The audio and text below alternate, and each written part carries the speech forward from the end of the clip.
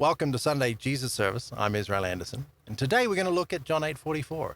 Now, we've looked at John 8:44 a few times over the years, but I see criticisms from people saying that that's our only text. Well, actually, I don't hardly mention it at all, and that's all I talk about, and actually, I don't really at all. In fact, the last one I remember I did it in response to critics saying that I was talking about John 8:44 all the time. Today we're going to look at John 8:44 again in an extremely comprehensive study that should just put an end to all the argument over who is Jesus talking about in John 8:44. Okay? I do want to bring a couple of things to your attention. BibleZip 2.0 will be out in 2 weeks. I encourage you to go to biblezip.com right now and install the app. You won't find it on the app stores. Just go to biblezip.com. And BibleZip 2.0 is completely different, and it's going to be amazing. But you can install the app now, and it'll automatically update for you. You won't need to do anything. You'll just use it one day and go, oh, look, it's all new and shiny. Also, this study that we're about to read is on andersondiscoveries.com, and it's there in 5 different languages. It's all properly translated. So if you go to Anderson Discoveries, we'll just click here. We can see the front page. You can scroll down and you'll see this here. And this is in a John 8 section because we're doing a lot of studies on John 8. There's a lot to talk about here. If you want to change languages, you just go up here. For example, we can switch it into Spanish, or we can switch it into French, or into Portuguese, or into Korean, which is a wild language to look at. It's interesting characters, yeah? Look at all that. So this all costs real money. If you want to support me, you can do that. You can make a one-off gift, or you can join the Founders Club. Just find the little give button here, top right, and that will take you through to where you can learn about Founders Club, and you can make either a subscription or a one-time donation, and I certainly appreciate that. Let's get into this study today, though. This passage gets talked about a lot, John 8:44. We'll read it here in a second, but context is always the most essential thing. Context is everything. If you don't embrace context, if you're not looking for context, which requires curiosity, which requires looking beyond the verse, then you're not going to understand what the Bible is saying. This is really the curse of Christianity, is chapter and verse Christians. You say something, and it's like, give me the chapter and verse. It's like, the Bible doesn't work like that. There's no chapters, there's no verse numbers in the actual biblical text. We added those later. What we need to do is be open-minded and approach the text like a biblical scholar who looks at all the evidence. Where did these documents come from? Who wrote them? Who were they speaking to? What was going on at the time? What was the period of the year? What was the time of day? Was there a festival going on? Was an idiom used? How was that idiom received in their day? What is being said that doesn't translate into our modern English? All these kinds of questions that must be asked about what we're reading. And of course, the first thing that you do if you want to understand any verse in the Bible is to read the whole chapter that it's within. That's just your starting point. Last week we did John 8:54, 10 verses beyond this one. And there we learned that people are isolating one verse of the Bible that started back in 2001 as the earliest mention of this interpretation that I've been able to find. It's brand spanking new, talking about, every wind of doctrine. A verse they love to throw at me. So in 2001, someone on a Reddit thread asked a bunch of Koine Greek students. Koine Greek is the old Greek that the Bible's written in. And they asked, can John 8:54 be interpreted as Jesus saying that the father of the Pharisees was his father? And they all shot him down and said, no, it cannot. It says the complete reverse, actually. But over the last few months, I have seen quite a number of people raising John 8:54 and saying, oh, it debunks all of your work, Israel Anderson. It is my work because it says the complete opposite of what these people are saying. The very next words out of Jesus' mouth falsify the statement that the claim that you'll have to go into the study, but Jesus cites their claim from verse 41 where he said, Theos is our only Father. And Jesus cites that and said, he's the one you claim he is your God. And then he says, yet you do not know him. So, well, that's the end of it. But they won't read the very next verse because they're constricted to verse numbers. Well, this is verse 54 and it ends here. Well, that's a different verse. Why would we get into that? That's kind of their attitude though, right? We're just going to ignore it because that's got a different verse number on it. It's literally the same breath of Jesus speaking. I will get accused many times of taking things out of context when everything I do is about the largest possible context we could possibly find. What they really mean is that you're taking it out of the Christianity context. Well, that I am guilty as charged because your Christianity context is just a fabrication. You prove that in the way you use these verses. Here's the chapter and verse, you're debunked. No. Why don't you read the whole chapter and see what it's really saying? So now we move on to John 8:44. And this is one of the more famous passages in the Bible that nails Yahweh as the devil. And there's been a lot of pushback over 2,000 years on this verse. There's been a lot of commentary on this verse. People will say all kinds of arguments to try to get out of what it just plainly says. So once again, we're going to take a step back and look at the larger context and find out what exactly is Jesus referring to here in John 8:44. So let's get into it today. The lying murderer from the Genesis. He never says a name. He gives a description. Only one person in the whole Bible fits it. Only one person. Jesus gives a description. Only one person in the full Bible fits it. I should say, just before we continue, I've been playing with different study formats, and today we're trying a different one.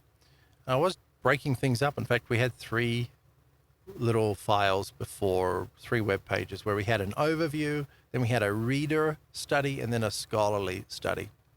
I'm now going to put everything together into one, and that's basically what we have here.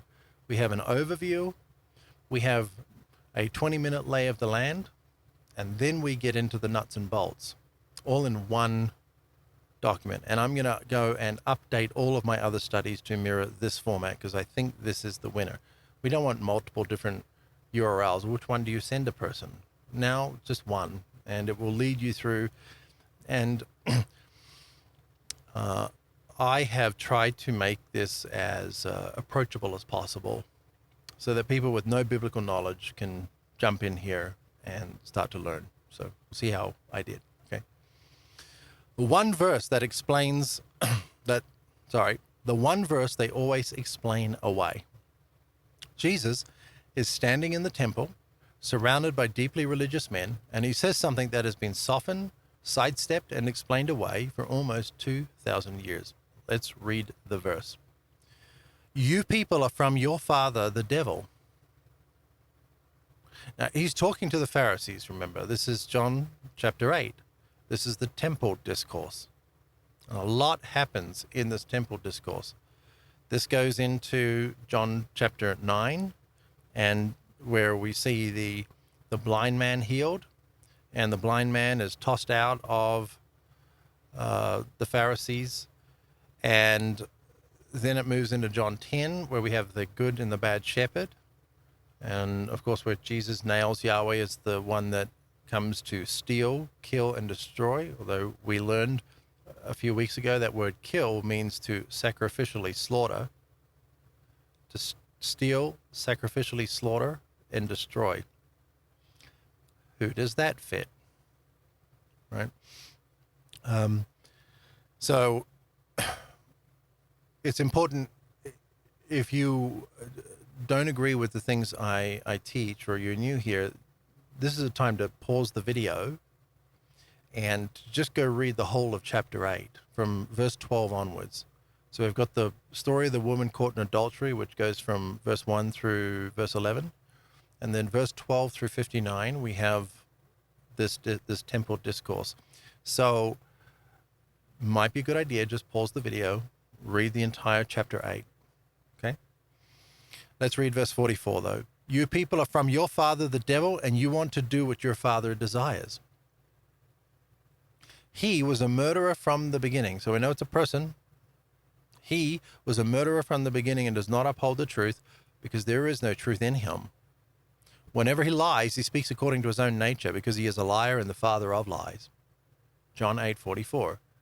Now, of course, it jumps out at you. You know, he's talking to the Pharisees and he says, you people are from your father, the devil. What? And all kinds of arguments have been put forward, and we will look at them here. So who is that? Who is your father, the devil? Ask any Christian and they'll say, Satan, a fallen angel, our spiritual enemy.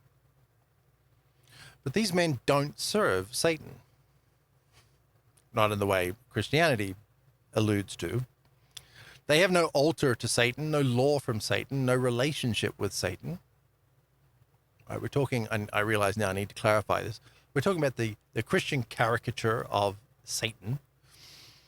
They serve one God, and one God only. They keep his law to the letter. They run his temple. They're standing in his temple right now. This whole conversation, it's called the temple discourse for a reason. They're standing in the temple courts. It's the festival of lights. So why doesn't anyone ask the obvious question? If Jesus identifies fathers by what their children do, and he does, right here in this chapter, the whole chapter, that's the whole point of it, then whose work are these men actually doing when they try to kill Jesus for telling the truth? So notice what Jesus does. He never uses a name, never says a name. If this is just Satan, a being everyone agrees is evil, why not say his name? Why describe instead of naming? Now, I posted something on social media yesterday, and it kind of went like this. We're told that we cannot question who God is, yet no one seems to be interested in who Satan is, because Satan is a title. It means the adversary, and sometimes we'll put a "the" in front of it, so it's the adversary, the Satan. And over time, an individual became known as the adversary, the Satan. And so we see the term being used as a name, and that is okay as long as we are understanding the context of that, where it came from. But Christianity will never teach you that. So why describe instead of naming? Instead, he gives a description and lets the men's own behavior point the finger. That's not an insult thrown in anger. It's a conclusion at the end of a trial. And by the time he says it, he's already laid out every piece of evidence. What follows is the case. First, as an overview, then with the full evidence underneath each point. And honestly, this is a long study, and I don't know if we'll put it all in today's recording. We'll see. I'll check the time as we get through the first part here. But as I said, this is in 3 parts. We've got a little intro here, which we've just read. Now we're going to look at about a 20-minute read-through of an overview. And then, if you want to know more, we'll continue and we'll go back over everything and look at it in much finer detail. The case in plain terms. I read this verse for years, the way you probably do. These men had turned their backs on God and followed the devil. That really is the only interpretation that fits if you think Yahweh is God. That's how everyone taught it to me, but the more I studied the full conversation, the more I saw that's not what Jesus is saying. He's not accusing them of abandoning their God. He's telling them their God is the problem.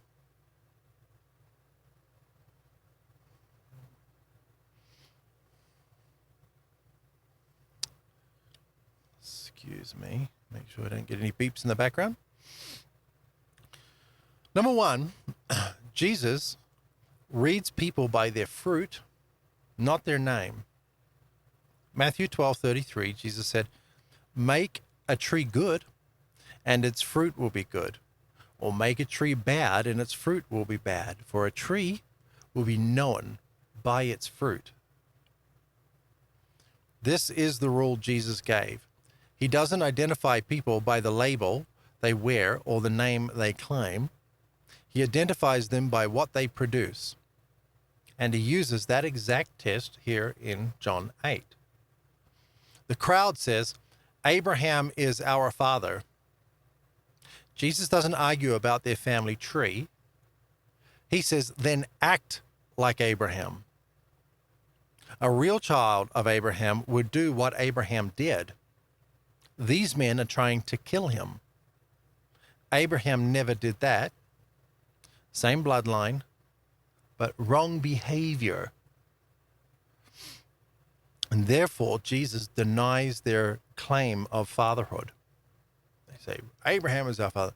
No, you don't, because you don't act like Abraham. What's Jesus trying to say here? What's the standard he is setting? You will be shown by your own fruit. This is why I say all the time, you become like the Elohim you serve. You can see it in, the Christian apologist, the Christian zealot who worships Yahweh. They act and speak just like Yahweh. They have that forked tongue just like Yahweh. They're horrible, mean people that lie and accuse and say the most ridiculous and outlandish nonsense in order to insult and ridicule and mock and to condemn you, to accuse you, to say that you're going to hell, just like Yahweh. This is why Jesus said that you cannot serve the Lord that gives you earthly riches, which is Yahweh, and Jesus himself, who only offers you heavenly riches. And he said, you cannot serve both, because you will love one and hate the other. And we see this playing out as we try to talk to people about what the Bible actually says. You can give them what Jesus says, and they will reply with what Yahweh said instead. And you will see this back and forth dynamic between quoting Jesus and quoting Yahweh all over these conversations where people are talking about these things. And you'll see that the people that follow Jesus aren't acting like the people that are following Yahweh. There is a totally different spirit there. And if you've been investigating my work and you've seen some of the conversations that pop up online, you've seen this.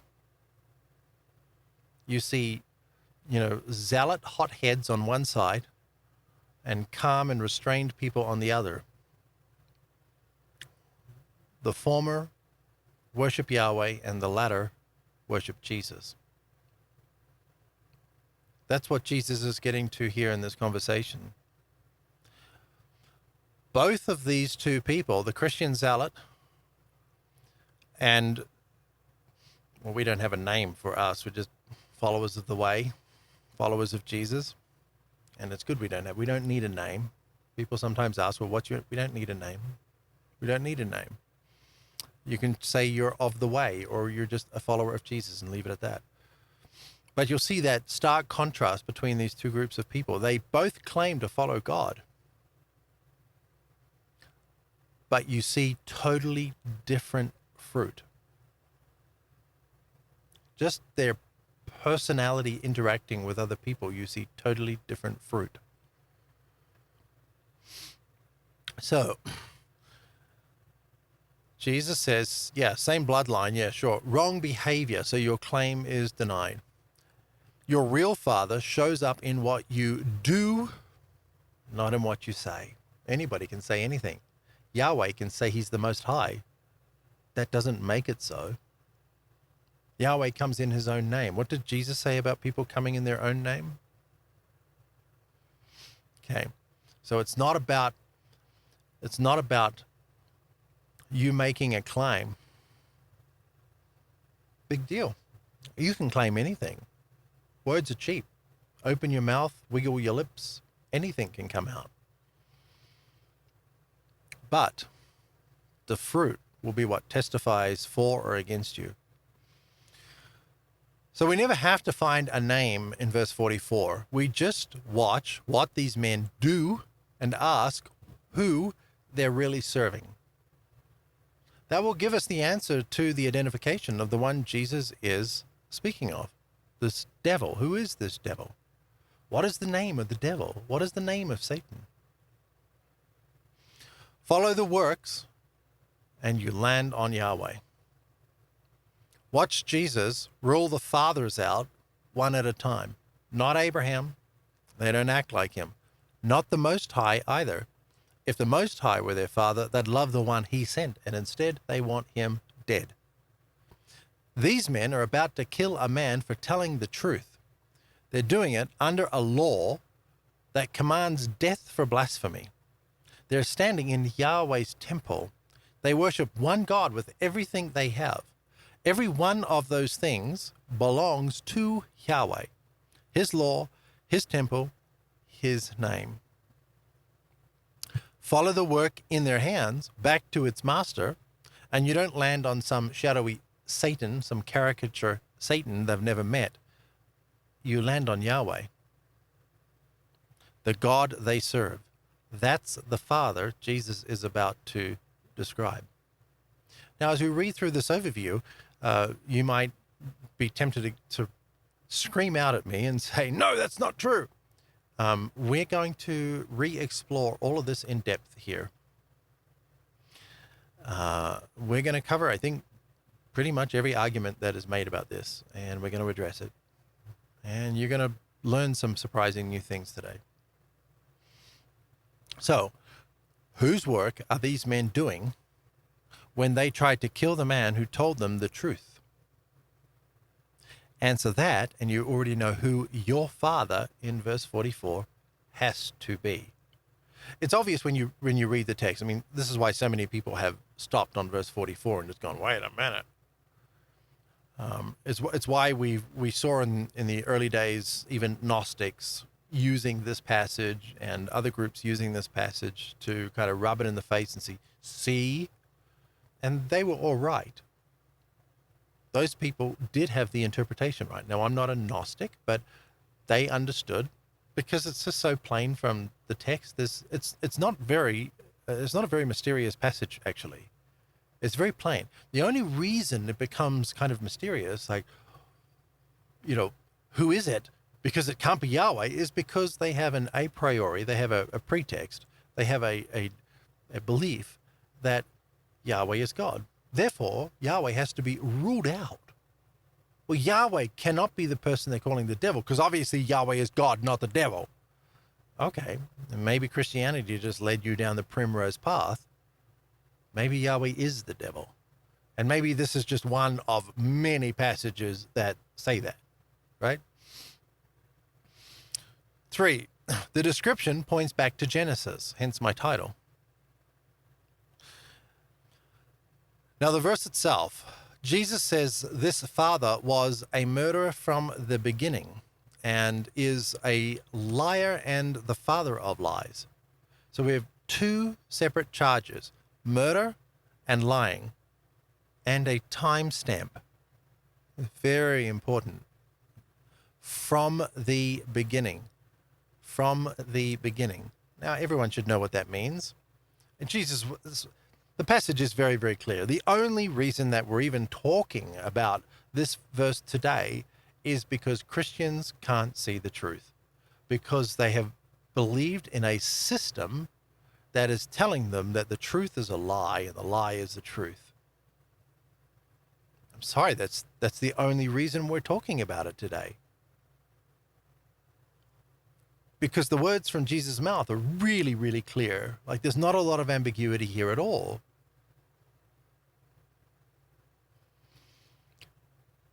But 2,000 years of apologetics, maybe not quite that long, has tried to dodge what verse 44 is saying, and it's not going to stand up to the scrutiny today. In the Bible, the beginning has an address. It's Genesis, so that's where we go to check the description against the record. Jesus is taking the people back to Genesis, back to the Eden story. Oops.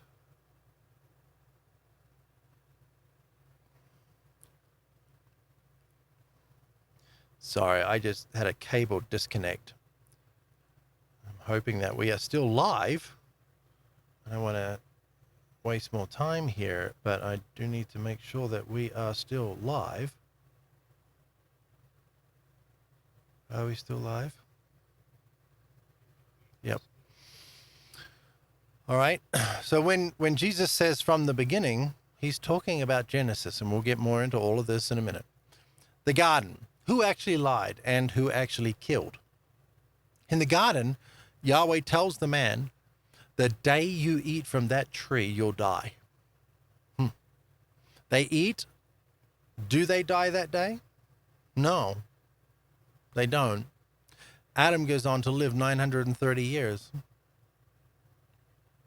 The one prediction in the garden that didn't come true came out of Yahweh's mouth. Wait, what? Of course, you can go watch Two Gardens and a Snake, where we get into this in detail, and the new Two Gardens, a Snake is coming very soon. The nachash, or nachash, if you want to pronounce that properly. I'm just going to use nachash. Don't want to show off. The nachash, the word usually translated serpent, tells the woman they won't die and that their eyes will be opened. Oh, is that what happened? Both things happen. Oh, how interesting. I thought the snake was a liar. And a few verses later, Yahweh himself says, the man has become like one of us, knowing good and evil, confirming exactly what the nachash had said. So if you go looking for the liar in the garden by their fruit, the liar is Yahweh.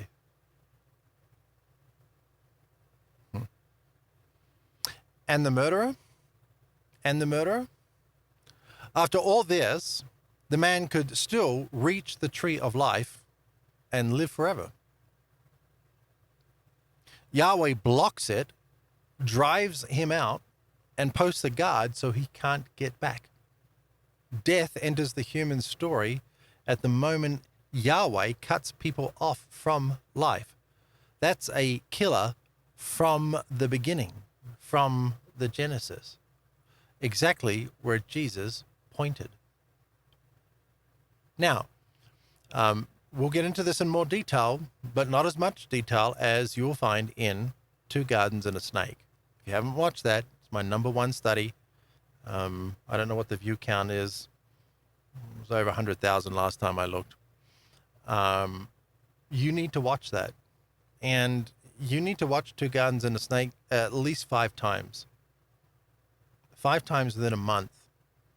There's so much there, it's so dense, that because most of it is going to be new to you, you are not going to catch even half of it the first go round. In fact, you're going to see more the more times you watch it.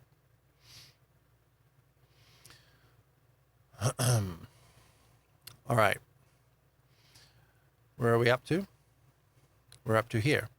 If the only liar in the garden is Yahweh, and the only thing that turned the threat into real death was Yahweh's own control over the tree of life, who is Jesus describing when he says a murderer from the beginning, from the Genesis? Point 5, the liar with a throne. Jesus' lying is this being's native language. Does the Bible actually show Yahweh sending out lies? Plainly.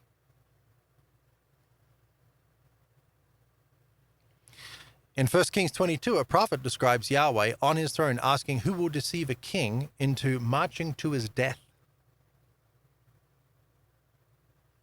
Lying, murdering. A spirit volunteers to be a lying spirit in the mouths of the prophets. Prophets are just go-betweens. These are people that have somehow been selected as an intermediary between Elohim, and not just Yahweh, but all Elohim, and the people. And we don't just see this in, amongst the Hebrews here. We, like in the Old Testament of the Bible, we see this across different mythologies and cultures all around the world. There is a spokesperson who is the intermediary between the Elohim when they visit and the people. All right? So, a spirit volunteers to be a lying spirit in the mouths of the prophets, and Yahweh sends it out. Go and do it, he says. The lie has a sender, and the sender is Yahweh. Point 6, a word you can't rely on. Jesus also says there is no truth in him, meaning his word doesn't hold. In 1 Samuel 15, Yahweh says he regrets making Saul king. He regrets? What do you mean? How can you regret? A few verses later, the text says Yahweh doesn't change his mind. Then at the end of the same chapter, it says he regretted it again. That's one chapter. This is all in one chapter. We see this back and forth, back and forth. We see Yahweh saying he changes his mind. We see the prophet saying, no, Yahweh never changes his mind. Blink twice if you're under duress. The same Bible contains verses saying Yahweh cannot lie and verses showing him commissioning lies. And not just commissioning lies, but lying. We'll get to that more in the in-depth part. Two gods said out loud. Right after verse 54, Jesus picks up something these men said earlier. Back in verse 41, they claimed, we have one Father, God. Meaning their God and Jesus' Father are the same being. That was their claim. That's not what Jesus said. That's their claim. And Jesus then cites their claim back to them. In verse 54, Jesus quotes their claim back to them. My Father, about whom you say, you claim, you say, he is our God. And then what does Jesus say immediately? You don't know him. I should actually have that in quotation marks because that's actually part of what Jesus said. But they know Yahweh perfectly. If Jesus' Father were Yahweh, they'd know the Father best of all. They don't. The conflation is false.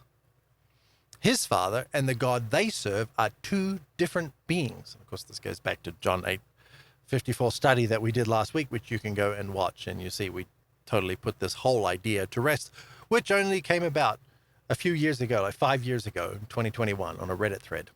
Reddit of all places. So this isn't a new idea, and it's not Marcionism or Gnosticism, two frameworks not subscribed to here. The older layer of the Bible already says there is a Most High above Yahweh who handed Yahweh the nation of Jacob as his share. We will look at this later. Yahweh is a son of the Most High, not the Most High himself, even if he later claims that title as his own. You can claim anything.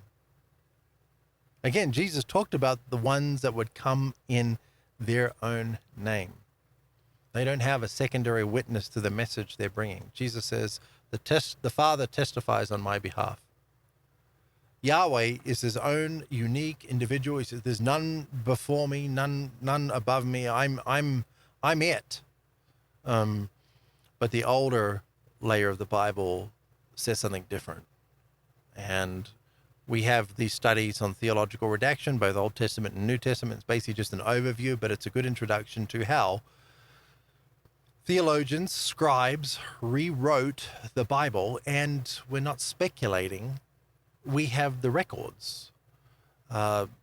We have a large number of these records that we can compare against, and some where they literally just wrote it down and explained why they were changing the Bible. So the whole, Bible's the word of God, and God has preserved his word. It just goes straight out the window. Sorry, it's just, that's debunked by the Bible itself, by the manuscript evidence. It's which Bible are you talking about? What is the Bible? Which canon? The Protestant 66 book canon, the Catholic 78 book canon, the Ethiopian 81 book canon, or 83 book canon, depending on how you count. Which canon are we talking about? Which the Bible? Oh wait, there is no the Bible.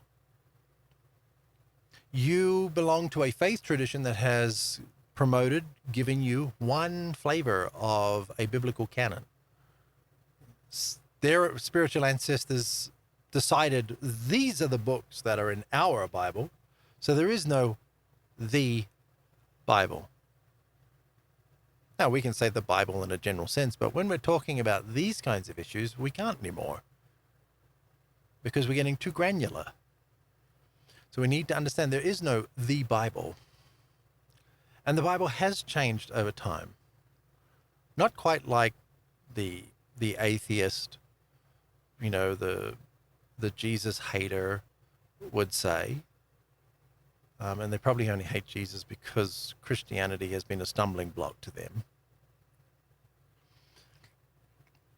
So let's continue. This is not a new idea. It's not Marcionism. It's not Gnosticism. I am not a Gnostic, and I did not get my ideas from Gnosticism nor Marcion of Sinope. You say, well, there's some crossover. A lot more crossover with Christianity than I do with Gnosticism, but Christianity is a flavor of Gnosticism. Immaterial, non-physical God, an eternity in a non-physical spirit realm. The physical realm passing away because it's bad. This is Gnosticism, but it's also Christianity. And I reject all of those. None of that is true. The Elohim are physical people. Heaven is a physical place. We will exist eternally in physical bodies. We're not being resurrected for nothing. We're being resurrected into physical bodies because that is our eternal state. Okay? The older layer of the Bible already says there's a Most High God. I've already read this, right? So we will get into these passages right here, a little bit further down. Then the crowd proves it. How does the conversation end? The men pick up stones to kill the one who told them the truth. That's the description acting itself out. Right there, a murderer's children doing the murderer's work against the one man telling them the truth. So here's the case in one line. It's maybe a bit longer than one line. I added to that after I wrote it. Jesus identifies fathers by what they do. Jesus identifies who your father is by what you do. I mean, an example came in my head, but I'm not going to use it. But it because it's political. But sometimes a father is just like the son. Other times they're so far away. People will insult them by saying, you are not your father's son. And that is what this is all about. Who your father is determined not by your genetics, not by your bloodline, not by some name you proclaim, but by your fruit. And I think for me, just to go off on another tangent here, those of you that have followed me for decades, you've seen the change in me. I used to be just like these Christianity zealots, and I've tweeted some terrible things in the past. I've been very rude to people, just like all of my critics are to me. And it's interesting that, all of this unbelievable criticism against me has actually opened my eyes to the way I was treating other people. You become like the Elohim you serve. So we're going to see a natural progression towards Jesus if you're following Jesus. And it's not overnight. It never is for anybody. And when we do see those kind of overnight things, well, behind the scenes usually tells a very different story. But there should be this gradual moving towards being like Jesus. And I hope that I'm demonstrating that. I hope that people see that in my life. I want them to see that in my life, and I want that to be authentic and sincere, because we have to move towards being like Jesus. Not just talking about stuff, not like that can be interesting, but it's it can be good to share the gospel. But St. Francis of Assisi, this is a paraphrase, but he said, preach the gospel at all times, and if necessary, use words. Well, that phrase, that's a kind of a combination of three different things he said that have been blended together in the modern day, but it's still accurate to what he was conveying. Your life should be preaching the gospel. The way you treat people. That's why I've done a lot of studies the last 12 months about love, about how we should be treating each other. It's really important. Because we see it here. We see these men, how are they treating Jesus? Not like Jesus. Not like Abraham. Like somebody. And we're identifying who that somebody is.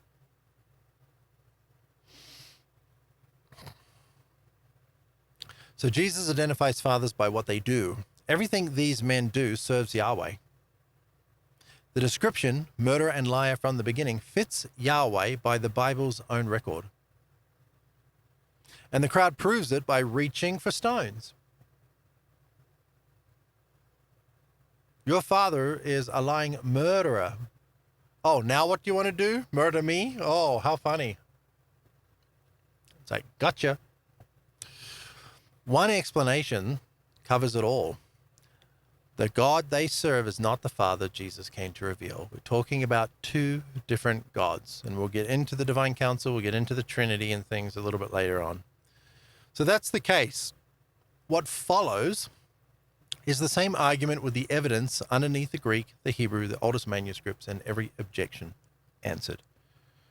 And we're probably going to be here for a little bit. So I'm going to skip some parts here, so it's all on the website. You can go along and read it all yourself, like this here. I'll just leave that on the screen so you can pause it and read it if you want to, but we're just going to skip it for now. You can jump to these parts individually if you want to. They correspond with what's up here. Let's begin. The trial. Proving who their father is. Start with who these people are. They aren't pagans. They aren't heathens. John says plainly that some of them had believed him, believed in Jesus. These are devout men. They keep the law. They run the temple. They worship Yahweh with everything they have. That's the whole point of their lives. The man Jesus ends up calling a child of the devil is the most devout person there.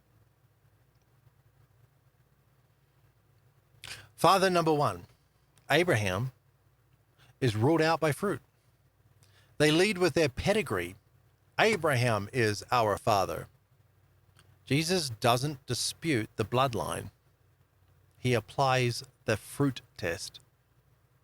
He says, if you are Abraham's children, you would be doing the deeds of Abraham. But now you are trying to kill me, a man who has told you the truth I heard from Theos. Abraham did not do this. Abraham did not do this. There's more hanging on those words, but I won't get into it because I always do that and we end up taking way too long. So they claim Abraham, but they don't act like Abraham. Abraham met the priest of the Most High, honored him without question, and blessed him with gifts. These men are trying to kill the one sent by the Most High. So father number one is ruled out, not by ancestry, but by behavior. When Abraham met with Melchizedek, that was a great time. That was a great relationship. They blessed each other. These men don't want to bless Jesus. They want to kill him. Melchizedek was the priest of the Most High. Blessings versus curses. Father number 2, Theos himself, as in God Most High, the Father of Jesus, ruled out by fruit. So they climb together. They climb higher. They say, we have one Father, Theos himself. Now they're claiming the highest paternity there is. The Most High is our Father. Jesus runs the same test. He says, if Theos were your father, you would love me, for I have come from Theos and am now here.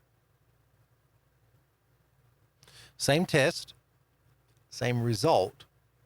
If the Most High were really their Father, they'd recognize and love the one he sent. They don't. They want him dead. Father number 2 is ruled out. Across the whole conversation, Jesus runs 5 of these tests. The test: knowledge, hearing, love, deeds, and truth.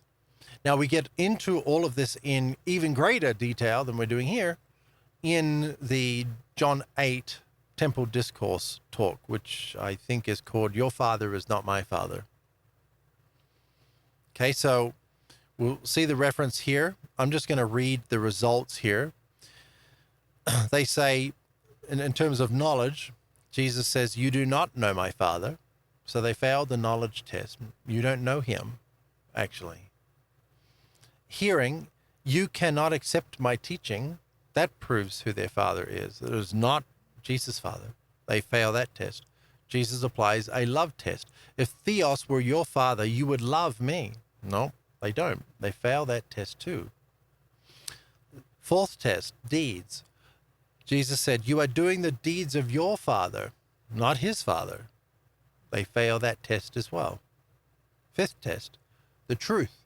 Jesus says, because I am telling you the truth, because I am telling you the truth, you do not believe me. They fail that test as well. But there's more to this. Because I am telling you the truth, you do not believe me. The religious zealots can't accept what Jesus is saying. Why? Because it's the truth. And nothing has changed. We have the same exact situation today. The Christian zealot, the Christianity apologist, they cannot accept the truth because their entire system is built on Yahweh and his lies. All 5 tests are looking for one thing: the family likeness of the Most High, Abba, the true Father. Every result comes back negative. Not because these men are bad at religion, they're excellent at it, but because the family they actually belong to is a different family. Remember what Jesus said? Not everyone who comes to me and says, Lord, Lord, shall enter the kingdom of heaven. It's a lot of people saying a lot of stuff, making a lot of claims. That doesn't make any of them true. Yahweh says he is the Most High. Sure, I can say I'm the Most High too. And I'm a living, breathing, physical person. Not just some ancient texts. I'm a real person. That puts me above ancient texts, unless there's some other factor going on, right? Just from a materialistic point of view. So what Yahweh says about himself, well, it's interesting, but we should examine it. according to the test Jesus uses. Fruit. You shall be known by your fruit. So follow the fruit to the Father who's left. Oh, I didn't finish reading that, right? Every result comes back negative, not because these men are bad at religion, they're excellent at it, but because the family they belong to is a different family. Oh, they have a father, and so does Jesus. And no one's disputing that much. But are these fathers the same, or are they different? Jesus is spending this entire chapter delineating his father from their father. The entire chapter is about that, from verse 12. Anyway, from verse 12 through verse 59, the temple discourse, and it goes on into chapters 9 and 10. This is John 8, 9, and 10. Everything is about saying, your father, my father. Your father is not my father. Your God is not my God. And then the Christianity apologist comes along and says, no, wait, stop. No, let me get in the fray here. No, it's the same father. Let me explain. Let me show you the arguments. We're going to mention all of your arguments here today and expose them for what they are. Just lies. Just more lies. Just lies upon lies upon lies. A kingdom of lies. So follow the fruit to the Father who's left. Here's the part other interpretations do not take into account. If their father isn't Abraham and isn't the Most High, then whose work are they doing? That's not that difficult to work out. We have a lot of text to look at. So, the clue, the work in their hands, what is it? They're trying to kill the man who told them the truth. Whose is it? That's a killer's work. They want to kill him. The rule they enforce, death for blasphemy, from Leviticus 24:16. That's Yahweh's law. The current location, the temple where this all happens, is Yahweh's courts. The worship on their lips. We have one Father, Theos himself. Who are they referring to? Yahweh. They're claiming Yahweh is the Most High. The Father by their fruit. The one, all of it serves and obeys. What are they doing? What is their whole existence all about? Yahweh. So why is there any disagreement on who Jesus is talking about here in verse 44? Well, there's only one reason why. And that's because Christianity has invented a story elevating Yahweh to the position of the Most High, ignoring the words of Jesus. Every clue points in the same direction. These men aren't acting on their own, and they aren't serving some shadowy Satan figure they've never met. They're loyal, obedient, law-keeping servants of Yahweh. And the work in their hands right now, killing the man who told them the truth, is being done in his name. By his rule, and in his temple. Run the fruit test honestly, and it lands on Yahweh. And nobody else. There is nobody else. If you're going to say, no, it absolutely cannot be Yahweh, then who else is it? Oh, it's talking about Cain and Abel. Oh, really? Well, we'll get to that. It can only be referring to Yahweh. That's the Father Jesus is about to describe. And look at the word Jesus uses here. You want to do what your Father desires. The Greek means desires or appetites. What does this Father desire? What is his appetite? Death for blasphemers. That's Leviticus. Yahweh's law. Yahweh's command. These men aren't inventing the impulse to kill Jesus. They're obeying a standing order from their own law. The desire of the Father is already written down, and they're carrying it out. It is their Torah law. Now, as I said, I'm going to skip some of these sections, but I'll just expose them so you can freeze the frame and read that, and then we will continue on. The description and who fits it. You people are from your father the devil, and you want to do what your father desires. He was a murderer from the beginning and does not uphold the truth because there is no truth in him. Whenever he lies, he speaks according to his own nature because he is a liar and the father of lies. You've already read it, but now slow down on those details. 3 things to notice before we test it on anyone.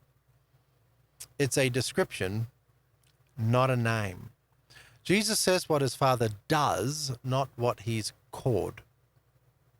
That's the fruit test, again, being applied to the Father. The same method he used on Abraham. So we identify the Father the way Jesus set the whole chapter up to identify him by what he does. The Greek word for murder is specific. It's literally a human killer, a killer of people, not a soldier, not going to war, not an accident, a killer of human beings. The word devil is a job description, not a name. The Greek is diabolos. It means the accuser or the slanderer. It's the same word the Septuagint uses to translate the Hebrew ha-satan, the adversary. Jesus isn't naming a separate being the crowd has never met. He's describing a function they know well, the one who accuses, slanders, and prosecutes. That function belongs to Yahweh. And we trace this function across the temptation in 2 tests, 1 tester. From the beginning sends us somewhere specific. The Greek, literally from the Genesis, not a vague long ago, from the Genesis. It's pointing to a place, the opening story. Excuse me, I need a drink.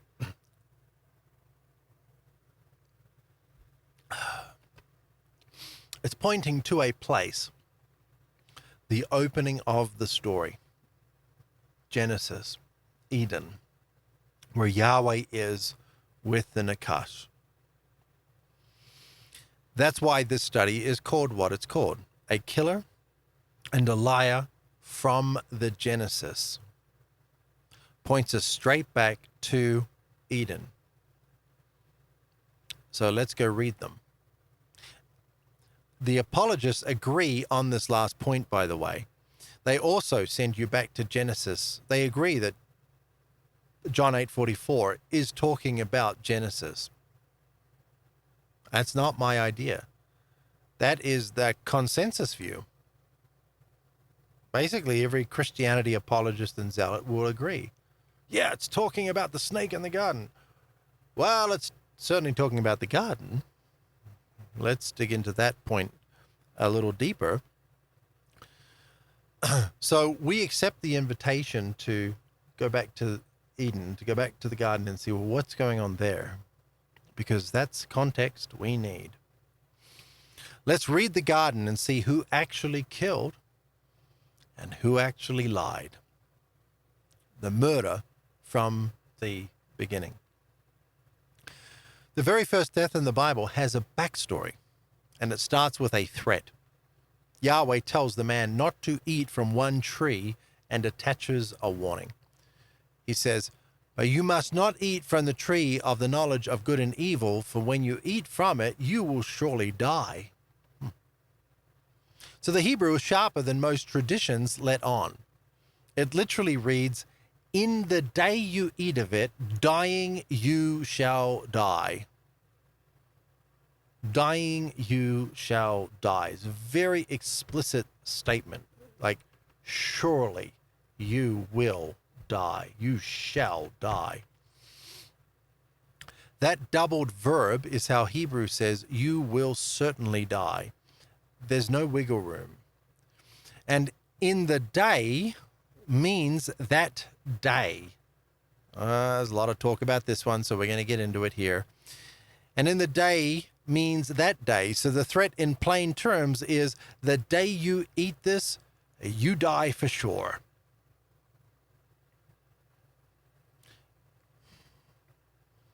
What if Yahweh didn't mean that? Then he would have said what he meant. Are you saying Yahweh doesn't know Hebrew? Are you saying Yahweh doesn't know Hebrew? Are you saying Moses wrote this down inaccurately? Well, it says that, but it really means... That's your modus operandi right there. Well, it says that, but it means this. We have a name for doing that. It's called Gnosticism. Oh, I know it says that, but actually it means the secret understanding that we have, so let me explain it to you. Oh, you have a secret understanding of the Bible that no one else has? That's different from the plain words? Oh, so you're a Gnostic?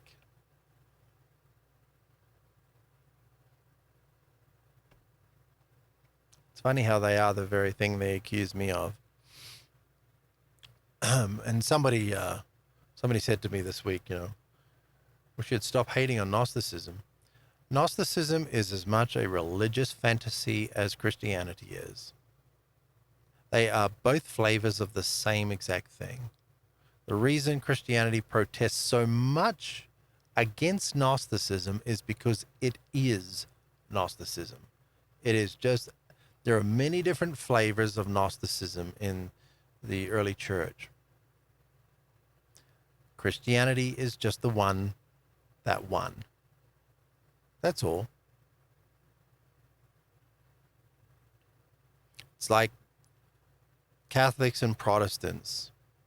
I mean, it's literally in the name, Protestant. We're protesting Catholicism. But 95% of everything you believe is Catholicism. So how can you say you're not Catholicism? You're just Catholicism light. You're Reformed Catholicism. Right. So it's just another flavor of Catholicism. Right now, the whole Mormon thing is blowing up.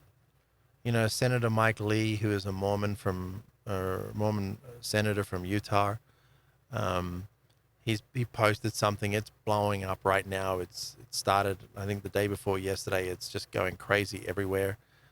Still, as I'm recording this, I saw more posts this morning than I saw yesterday about it. And everyone's arguing whether Mormons are Christians or not. But what's funny is in the beginning, Joseph Smith said God had told him that he had to have nothing to do with Christianity because it was totally corrupt. And now in 2026, they're like, please accept us as Christians. We're Christians, aren't we? Just like you. And, honestly, my Mormon friends, and I have a lot of Mormon friends and former Mormons that are friends of mine and fans of my work. If you're, I know you don't like the term Mormonism anymore and you're trying to get away from it, but it just is what it is, If Mormonism really was Jesus' church, why would you want to connect yourself with the apostates? Why the sudden shift now where it's like, no, we want to be the apostates. We are the apostates. Don't dare say I'm not an apostate like you. How does it make any sense? Mormonism was created by Joseph Smith because Christianity was wrong, and now, no, we are Christians. I mean, come on, get your story straight. But this is what cults do, and they're all cults: Catholicism, Mormonism, Protestantism.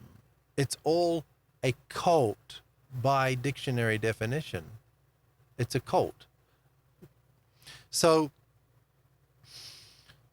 I think that if you're a Mormon and you actually believed in that Mormonism was the one true Church of Jesus Christ, which is what you officially proclaim, then you would not want to have anything to do with the Christians, because they are, according to Joseph Smith, apostates.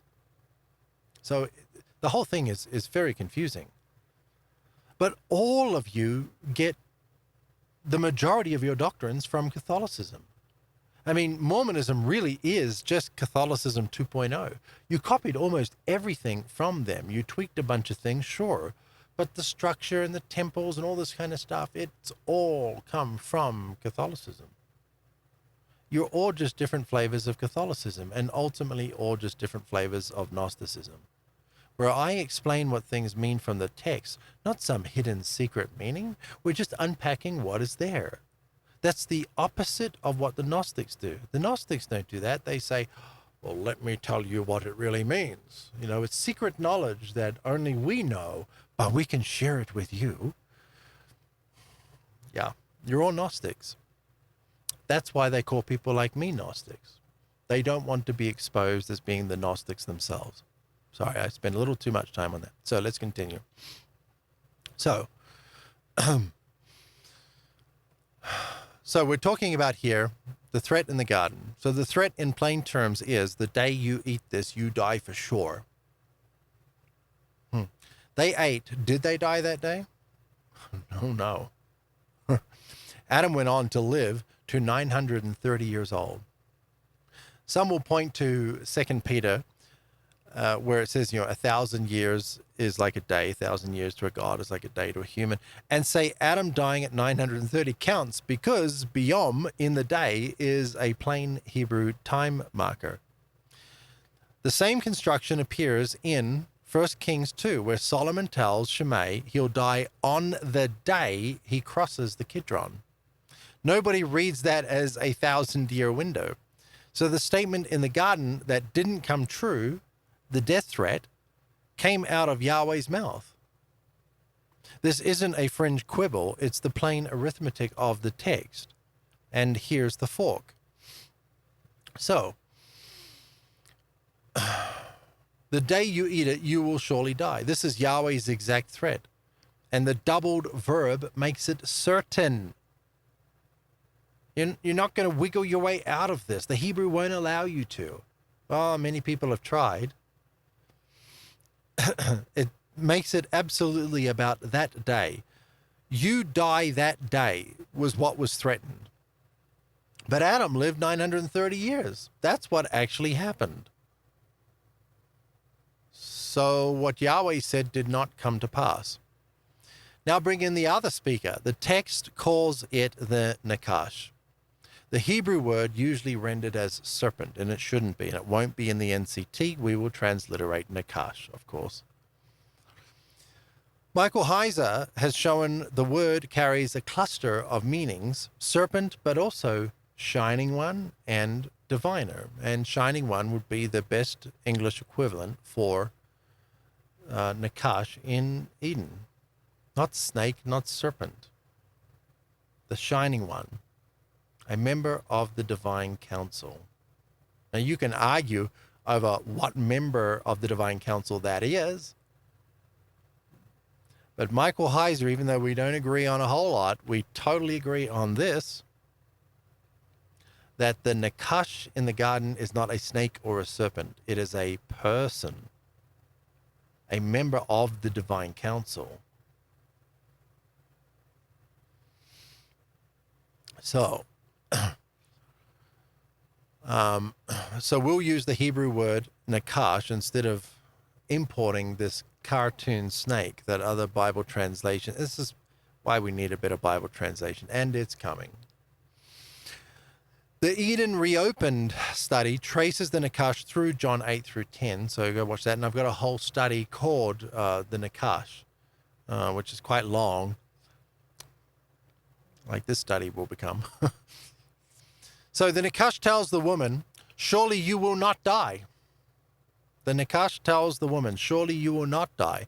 For Elohim knows that when you eat from it, your eyes will be open and you will be like divine beings who know good and evil. You will be like Elohim. knowing good and evil. Apologists insist this is the first lie. That's why they take John 8:44 back to Eden. Whoa, there we go. It's proof. It's the snake lying in the garden. That's what it's talking about. Okay, bucko. When did the snake lie? Well, right here. I think, once the veil falls from your eyes and you read the text so completely differently, like you were reading something in the past and you just could not see what was there. It doesn't matter. Like you just, like, it's black and white. You can't see it. The snake lied in the garden, they'll say. Where? Right there. They'll point to it. Like, where's the lie? Whoa, the snake said they will be like Elohim, like God. Okay, and what did Yahweh say about what happened? Oh, Yahweh said they have become like Elohim. That's what the snake said, isn't it? So where'd the snake lie? I'm not getting it. The snake lied, and you say the lie is, well, they will become like God. All right? And then what did Yahweh say? Oh, they've become like Elohim.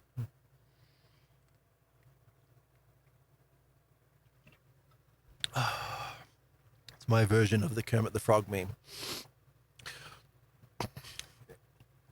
If you get it, you get it. So apologists insist this is the first lie. So let's test it against the record. Here's the statement. The statement, the day you eat it, you will surely die. Who said it? Yahweh. Did it hold up? No. They lived. Adam reached 930 years old. We don't hear about Eve dying. The statement, you will not surely die. Who made it? The nachash. Okay? That's what every Christian zealot, every Christianity apologist will say, that's the lie, right? Did it hold up? Oh, wait, it did hold up. Nobody died that day. The statement, your eyes will be open, you'll know good and evil. Oh, that's what the snake said. Oh, but that's a lie, right? No, it's true. It happened. Huh. Okay. The statement, the man has become like one of us, knowing good and evil. Who said that? Oh, Yahweh said that. Wait, what? Yahweh himself confirms the nachash told the truth. What? I thought this was the great lie. Didn't the snake lie? But now Yahweh is saying, oh, that's exactly what happened. Wait, what? Then where's the lie? What lie did the snake tell exactly? Go through the text, go watch Two Gardens and a Snake, go through Genesis 2 and 3, and try to find where the snake lied. The nachash, the shining one, the divine council member. Where did the nachash lie? Good luck finding. It's not there. The only person that lied is who? The last row is the one that matters. Yahweh confirms the Nakash's words with his own mouth. The Nachash said three things, and Yahweh certified all three as true, while the one prediction that didn't come true was Yahweh's. Huh. If you're hunting for the liar in the garden by their fruit, the evidence runs the opposite way from the tradition. And the murder, look at what Yahweh does next. The man is currently within reach of the one thing that would keep him alive, the tree of life. And Yahweh moves to cut him off from it. Now that the man has become like one of us, like the snake said, knowing good and evil, like the snake said, he must not be allowed to stretch out his hand and take also from the tree of life and eat and live forever. So Yahweh Elohim expelled him from the orchard and installed guards to guard the way to the tree of life.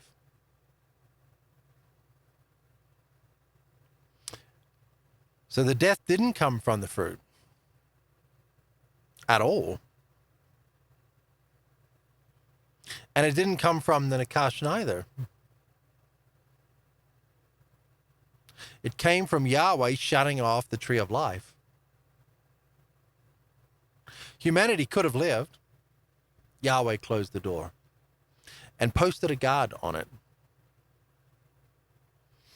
Yahweh is the one who brings death into the human story. He's the one that curses humanity to die. Yahweh is the one who brings death into the human story by cutting off access to life. And who restores it all? Who restores humanity back to the state that the nachash created for Adam and Eve? That's a good question, isn't it? Yahweh is the one who brings... I'm reading that again. That's the murderer from the beginning, from the Genesis. A killer of people, exactly as Jesus said, right where Jesus pointed in John 8:44. The beginning, Genesis. If the only false sentence in the garden came from Yahweh, and the only thing that turned the death threat into real death was Yahweh's own control over the tree of life, then when Jesus says a murderer from the beginning, who in that story is he describing? Remember, my opponents agree Jesus is pointing back to Genesis here in John 8:44. I don't have to make that argument. They make that argument. I agree with them. They're totally correct. This is absolutely referencing Eden. No objections here. And the killing doesn't stop at the garden. Once you start counting, the number is staggering. The flood kills every human being on earth except 8, according to the biblical flood story. The firstborn of Egypt killed in a single night. Why does Yahweh love to kill the firstborns? Is Jesus the firstborn? What does he do to Jesus? What do the children of Yahweh do to Jesus? They kill him. The firstborn. Sodom and Gomorrah, entire cities incinerated. The commanded genocide of Canaan, which is one of the most atrocious passages in the entire Bible, and one that is quoted along with the Amalekites by some people today that want to carry out the exact same works of Yahweh. But remember, we don't fight against fellow humans, flesh and blood. We fight against the principalities and powers over the heavenlies. Our target for criticism is not individuals that have been deceived as we were. I spent 3 decades of my life totally and utterly committed to serving Yahweh. I repent and I apologize. There's so many of these here. Korah's rebellion. These are people that had woken up to who Yahweh really was. People had worked out, he has led us into this desert to kill us. Were they wrong? No. No. Baal Peor, 24,000 dead. David's census, 70,000 in a plague sent by Yahweh himself in 2 Samuel. Though, in 1 Chronicles 21, it retells the same event and credits Satan as the one who incited David, making the two names interchangeable for the same act. This is mentioned in, I think, 2 Gardens and a Snake, or maybe it's in the Who is Yahweh study. And, it's an interesting thing that you should go take a look at. So look up these 2 passages here, right? 2 Samuel 24:15 and 1 Chronicles 21:1. Go and look at these 2 passages side by side. Just find them, put the ribbon down the page and then flick back and forth and look. Now, These are the same story. Now, some theologians have tried to say in the past, no, they're different stories. No, I mean, no scholar accepts. I don't think like one single scholar in the entire world thinks that. There's total consensus. This is talking about the same story. It's in two different books, but it's the same exact story. In one, it says Yahweh incited David to take this census, which led to 70,000 people dying. How? Well, I think something else happened there that isn't in the text anymore, but we'll save that for another day. So in one instance of the story, we have Yahweh inciting David to take the census. But in the other version of the story, which is almost verbatim, word for word, it says Hasatan, the adversary, incited David. There's all kinds of arguments as to why. People have got all kinds of apologetica to explain away why the story says Yahweh in one and Satan in another. Of course, the simplest explanation is it's just correct and there's nothing that we need to resolve. There's no problem here. The only problem was having this a priori that Yahweh is God Most High. And if we let go of that and we recognize who Yahweh really is, then these two passages no longer conflict. They're just giving us the truth. 185,000 Assyrians killed overnight in 2 Kings. The body count runs into the millions. And, we've got the Exodus as well, millions. Millions upon millions. And every death is either done by Yahweh directly or commanded by him. Jesus called this father a human killer, a man killer. The Bible's own record makes the case. And then 2 chapters later, Jesus picks up the same thread. Now we're in John chapter 10. The thief comes only to steal, kill, and destroy. And we trace that in the Good Shepherd study. But this kill, it's translated as kill in your Bible. It shouldn't be. It's not descriptive enough. It does mean kill, but this word uses means more than kill. The Greek word used here for kill is not the same Greek word Jesus is using here back in John 8 for murder. This word kill means to slaughter for sacrifice. Sacrificial slaughter. Yahweh's entire system. Steal, sacrificially slaughter, destroy. Who's it talking about? All right, now the what about? They died spiritually. They were separated from God that day. All right, I'm going to do the same thing. I'm not going to read it all, but I'm going to pause here for just a few seconds so you can pause the video and you can read it. Of course, it's all on the website, so you can go read it on the website. The lie and the one who keeps telling it. Jesus doesn't just call this father a liar. He says lying is his native language. Whenever he speaks according to his own nature because he is a liar and the father of lies. Lying isn't something that's being slipped into now and then. It's where he comes from. A father of lies should leave a trail. So does the Bible actually show Yahweh authoring lies? Let's see. So, the episode, the reference, and what Yahweh does, right? The lying spirit. This is in 1 Kings 22. In Yahweh's throne room, with the heavenly assembly around him, Yahweh asks, who will deceive Ahab into dying in battle? He's trying to kill somebody. As always. A spirit volunteers to be a lying spirit in the mouths of all his prophets. Yahweh commissions it. Go out and do as you have proposed. I need to change the color on that. That's not very good. So, Yahweh sends lying spirits.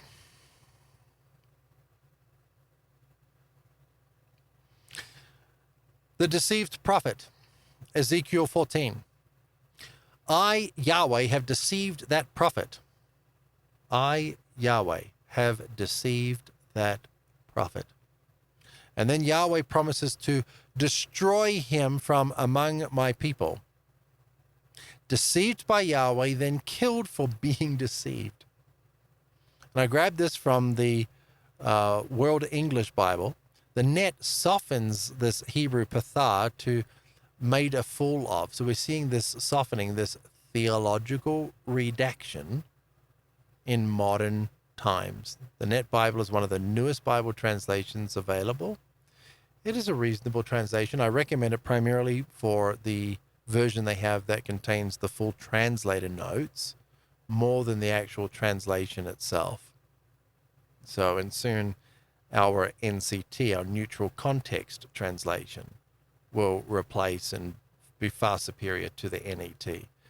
The NET has some pretty serious theological mistranslations, and they're all intentional and they're all obvious. And other scholars have even discussed them. It's not just me. Overall, I think the Net Bible, because of the full translator notes, is the best Bible you can get today. But soon, BibleZip will have version 2, and then later on it will have the NCT, and you will never read the Bible the same way ever again. It's going to be amazing. So, the Net Bible tried to soften what other translations, older translations, have as I, Yahweh, have deceived that prophet, and I shouldn't bother highlighting because you can't even see. The contrast is not good. The episode here is the seduced prophet, Jeremiah 20. Jeremiah accuses Yahweh with the verb pathar, to entice, to seduce, to deceive. And the net softens it again to, you coerced me. Older versions read, you deceived me, and I was deceived. Okay. So, look at the first one closely because it's the clearest. The prophet Micaiah is reporting what he saw in Yahweh's own throne room. I saw Yahweh sitting on his throne with all the heavenly assembly standing beside him on his right and on his left. Yahweh said, who will deceive Ahab so he will attack Ramoth Gilead and die there? Then a spirit stepped forward and stood before Yahweh. He said, I will deceive him. I will go out and be a lying spirit in the mouths of all his prophets. Yahweh said, deceive and overpower him. Go out and do as you have proposed. Is that the father of Jesus? Is that the father of Jesus? And look at who's running it, Yahweh.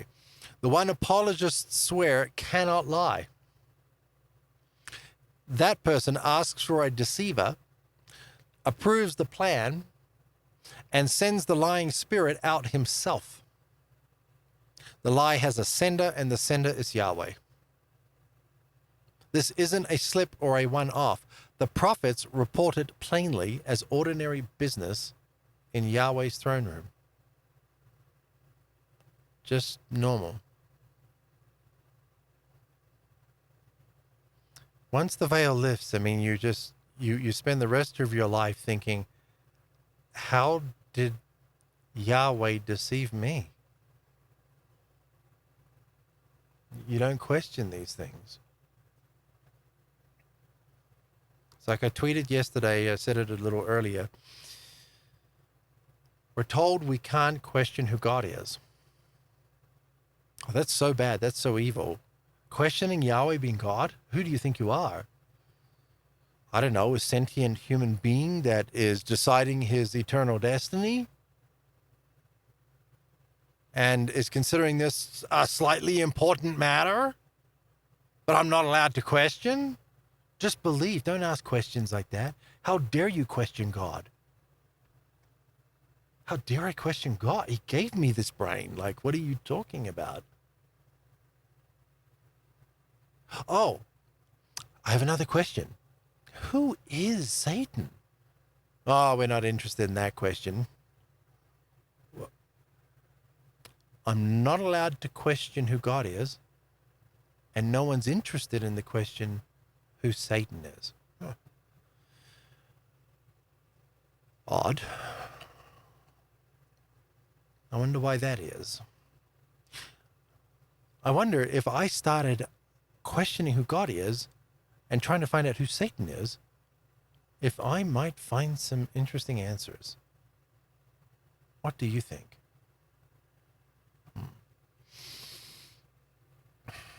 The lie is sent out from Yahweh's throne by the one sitting on it. Who is the father of lies in that story? Yahweh. I wonder if that's the same father of lies Jesus is talking about. I mean, he knows the Bible, right? No truth in him. Jesus adds one more line. There is no truth in him. That's stronger than he tells lies. I tell lies. We all tell lies. I don't know what I lie about, but I'm just, as a general thing, who can say they don't lie? But can I only tell lies? It means you can't rely on Yahweh's words. Can't be trusted. We can't put our faith and our hope and our trust in someone who is going to lie to us, and who lies on the regular about really serious things, about matters literally of life and death.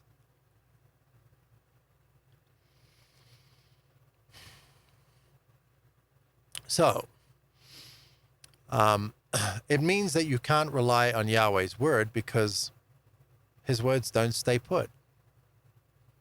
And the biggest example isn't hidden in some obscure passage. It's the story everyone knows. Yahweh appears to Moses in a burning bush and makes a promise. I've seen the suffering of my people. The same one's given to him in Deuteronomy 32. We'll get to that. He says, I'm going to rescue them, and I'm taking them to a, quote, a land flowing with milk and honey. This is the whole bargain that got them out of Egypt. This is what Yahweh is saying to Moses to tell the people. I'm going to rescue you from Egypt and take you to this much better place. Did that happen? No. No, it didn't happen at all. They all died. All but a few.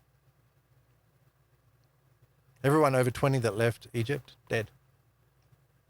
Except Joshua and Caleb. The two that would suck up to Yahweh the most. Moses, did he make it?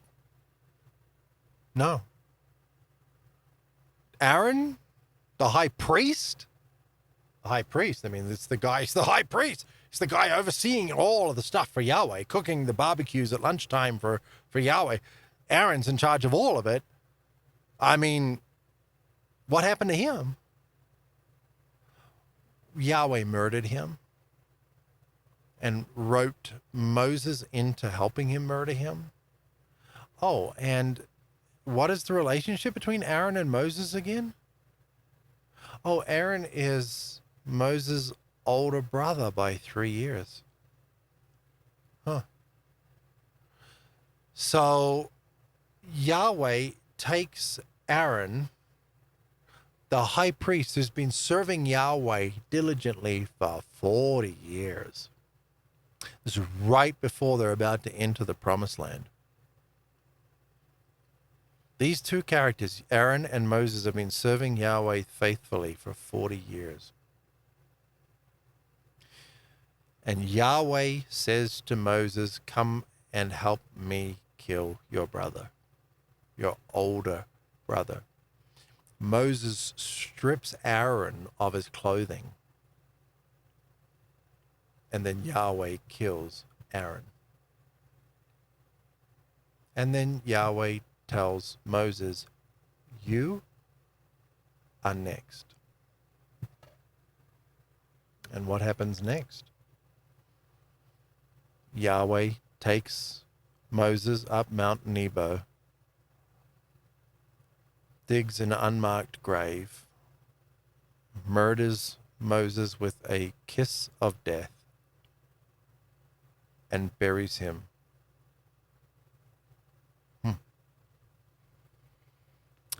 Let me ask you something. Do you think you are going to follow Yahweh's law closer than either Moses or Aaron, the literal high priest? Because unless you do, you don't have any hope except in Jesus. You cannot serve two lords. You will love one and hate the other. I've seen the suffering of my people, he says. I'm going to rescue them, and I'm taking them to a land flowing with milk and honey. They never got there. Just a handful. That promise is the entire engine of the Exodus. It's the pitch that gets them moving. 3 weeks walk to a better life. Oh, I say 3 weeks. There's a big crowd. There's, probably around 3 million of them. Figures vary on how many. How long would it have taken a man to walk from one place to the other?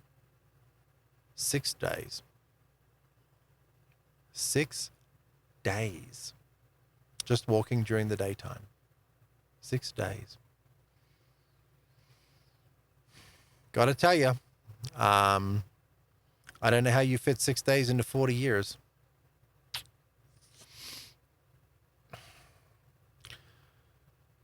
What actually happened? 40 years of death in the wilderness. The entire adult generation, every man 20 and older who walked out of Egypt, is condemned to die before they arrive.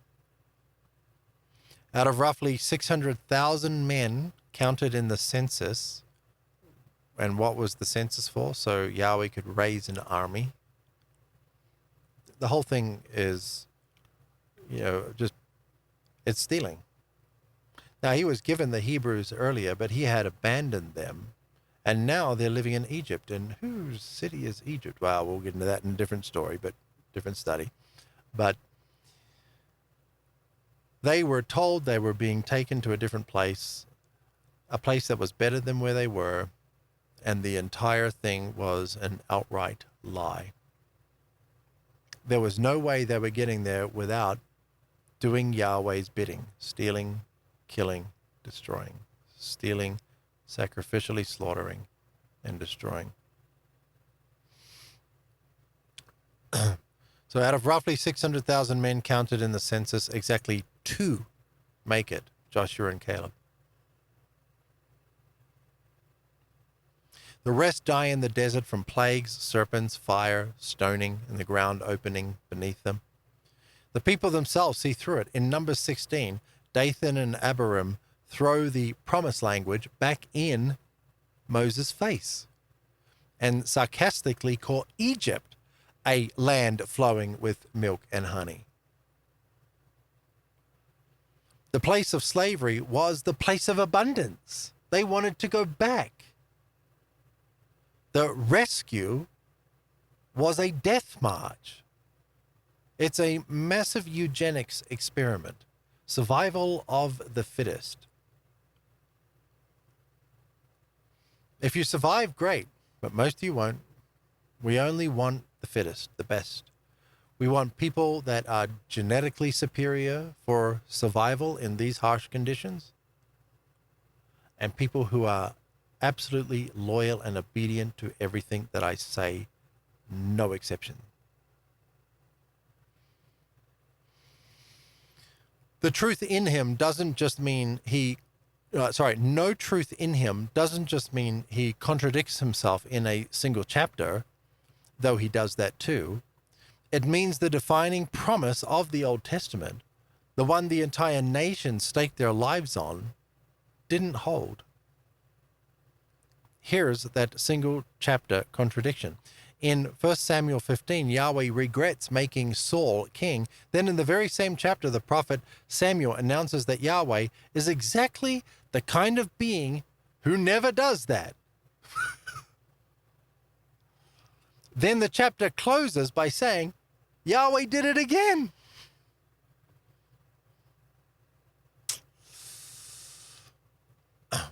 What Yahweh does in 1 Samuel 15 and what 1 Samuel 15 claims about him, all right? Yahweh says, I regret that I have made Saul king, but then his prophet says, he does not go back on his word or change his mind. Wait, what? Same chapter. Same chapter. In verse 35, Yahweh says, Yahweh regretted that he had made Saul king over Israel. And then in verse 29, the prophet says, for he is not a human being who changes his mind. Well, he's not a human being. That part is correct. So Yahweh changes his mind twice. Same chapter. The prophet claims he never changes his mind in the same chapter. One chapter contradicts itself in the space of 24 verses. The he cannot change, he cannot lie verses sit in the same Bible as the deception stories we just read. You can't just proof text and build a theology from picking and choosing certain verses. If you're not embracing the entire context, you're disingenuous. You're not a serious person. Context is everything. What is the context?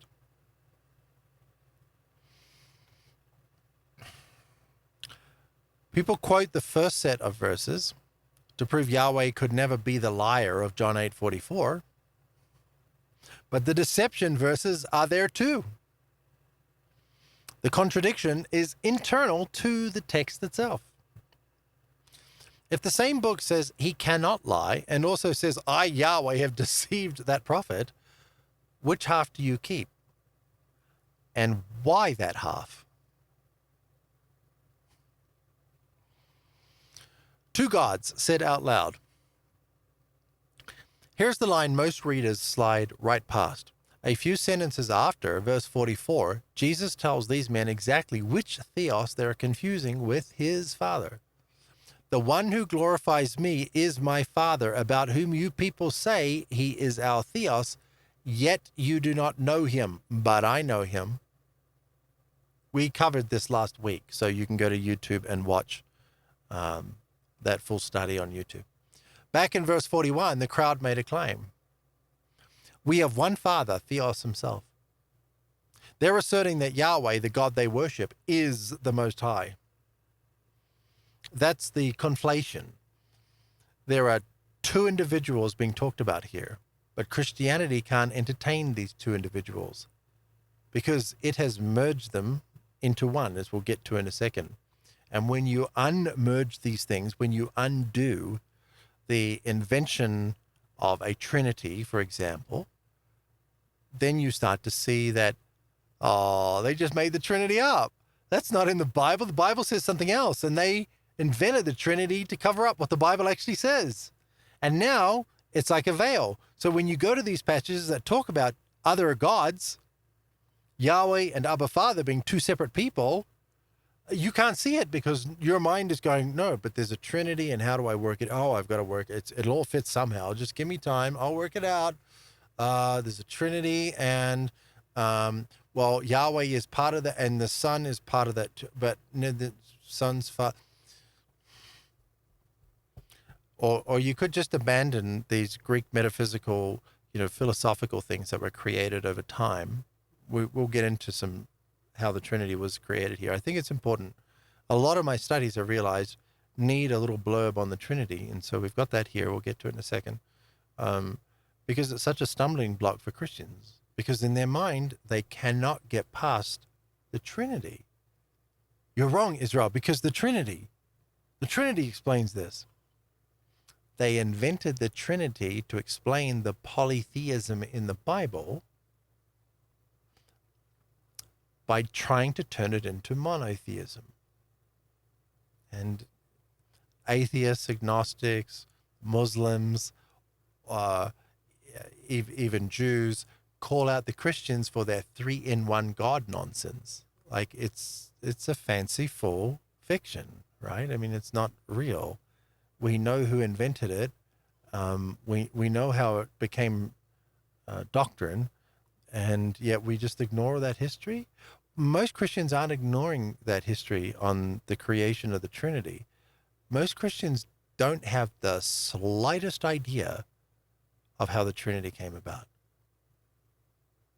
Even the people that you see acting as diehard Trinitarians, the triune God, you ask them who came up with this? When was it decided? How did the Trinity become doctrine?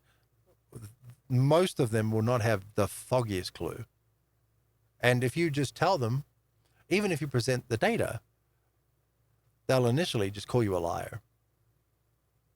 Because from their perspective, it's like, if that was true, I would know about it. If you're informed, you would know about it. If you're indoctrinated, not so much. And so these things begin to chip away at the veil, this veil that is over our eyes. By the way, VAIL is a place not far from me that's great for skiing, but the veil that's over our eyes is VEIL, veil. Okay? Our eyes are veiled. So it's important that I've been, sometimes I don't want to mention things in the studies because they just become so long, like this is now, very long.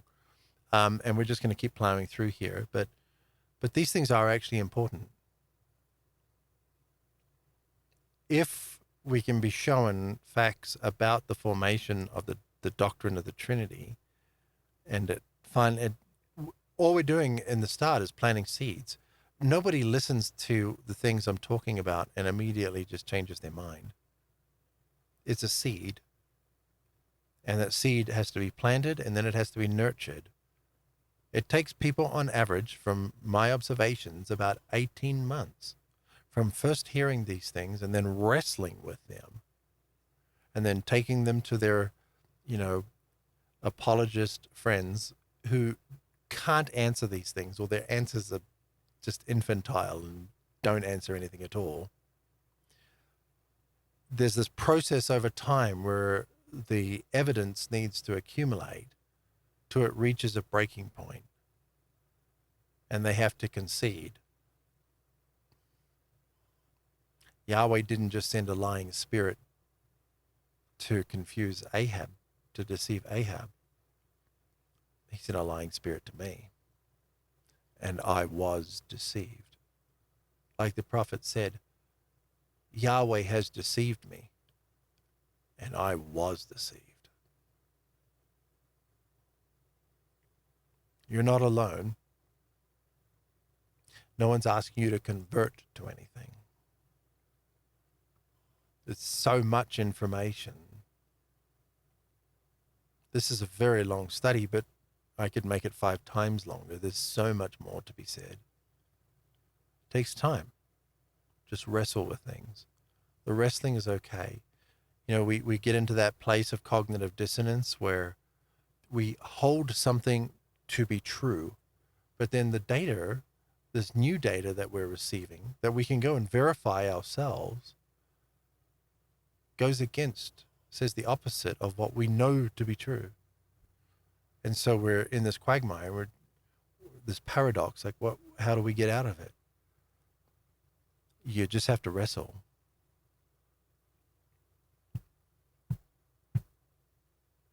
Israel, the God wrestler, the one who wrestles with Elohim. That's everybody's journey. You have to become a God wrestler and just give it time. But we don't have anything to convert you to. We just want you to follow Jesus. I left Christianity to follow Jesus. And don't worry, I used to think they were the same thing too. I think that is my pinned post, isn't it? So back in verse 41, the crowd made a claim. We have one Father, Theos himself. They're asserting Yahweh, the God they worship, is the Most High. That is the conflation. But in verse 54, Jesus quotes it back to them. My Father, about whom you say, they're making a claim. Jesus is reciting their claim back to them. He's not adjoining their claim. He's not making it his claim. He's separating it from himself. He's saying, you say he is our Theos, but you don't know him. The very next words out of Jesus' mouth debunk this whole, it seems to be going viral now. I saw one this morning. Like when I woke up, it was the first thing I replied to on X. Some dude trying to say John 8:54 debunks all my work. Like, what are you talking about? It confirms it. Like, it's just wild. The more, the more I study and the more I just am involved in all of this, you realize just how deceived you were, because you start to see the deception in other people. And you were not, some people were. I mean, some people didn't fall for the whole Yahweh thing from the moment they first heard it. Congratulations. I mean that in all seriousness and respect. I did not have the clarity that you did at that time. There are children particularly. They see straight through Yahweh stuff. That's not God. I'm not worshiping a God like that. What are you, crazy? Think this lying murderer created the universe and me and everything in it? Like, what are you talking about? I don't want to have anything to do with that. Christianity has convinced everybody Yahweh is God. Christianity is the greatest stumbling block before coming to Jesus. If Christianity wasn't around, if this whole Trinitarian idea, if this whole Yahweh is God idea wasn't around, this stumbling block wouldn't exist. There would be more people following Jesus, truthfully, honestly following Jesus, with sincerity and authenticity. Following Jesus, not a religious system that uses his name as bait. The man, putting their faith and their hope and their trust in Jesus. We would have more of that, not less, if Christianity wasn't around. All right? But it's a stumbling block. Brennan Manning, in his book, it's quoted on one of DC Talk's albums. And see if I can get this right. Brennan Manning, who wrote The Ragamuffin Gospel, and this is from that book. And DC Talk quotes it. I don't know who says it on the album. I don't know if it's Brennan Manning himself, but somebody reads it out. They're not singing it, they're just reading it out. And he says, the greatest single cause of atheism in the world today is Christians who acknowledge Jesus with their lips and walk out the door and deny him by their lifestyle. That is what an unbelieving world simply finds unbelievable. And I think that was 100% verbatim. Pretty familiar with that album and that quote. So, but I would say that Brennan Manning's statement could have ended a lot sooner. We don't have to worry about who acknowledge Jesus with their lips and walk out the door and deny him by their lifestyle. It's simply this. The single greatest cause of atheism in the world today is Christians. Does anybody look at Christians and go, oh, I want to be one of those people? No. No, most people's reaction is quite the opposite. No, I do not want to become one of those people. The single greatest cause of atheism today is Christians. Apologies to Brendan Manning.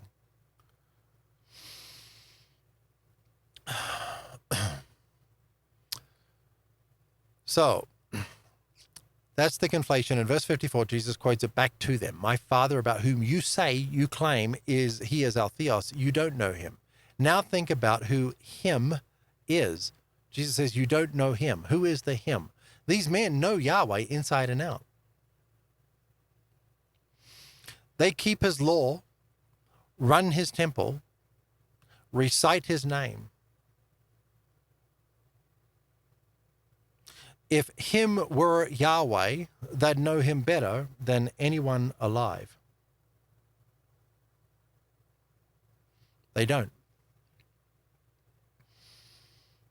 Jesus said so. But Jesus says they don't know him at all. That him they don't know is Abba, the Most High, the legitimate Most High, not just someone that claims to be. Because Abba is not Yahweh.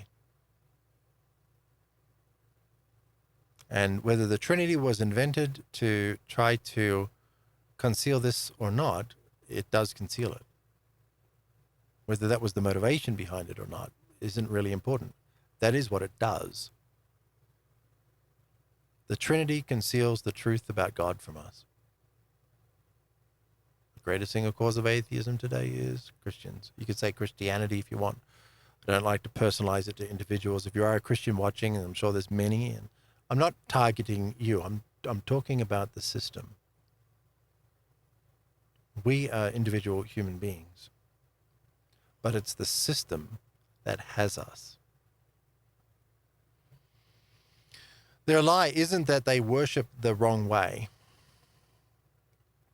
Their lie is the conflation itself, claiming their God is the God. The What About John 8:54 study walks through this verse in full. So that's what we did last week. Okay? You can go find that on YouTube. It's on the site as well. It's directly below the study on Anderson Discoveries.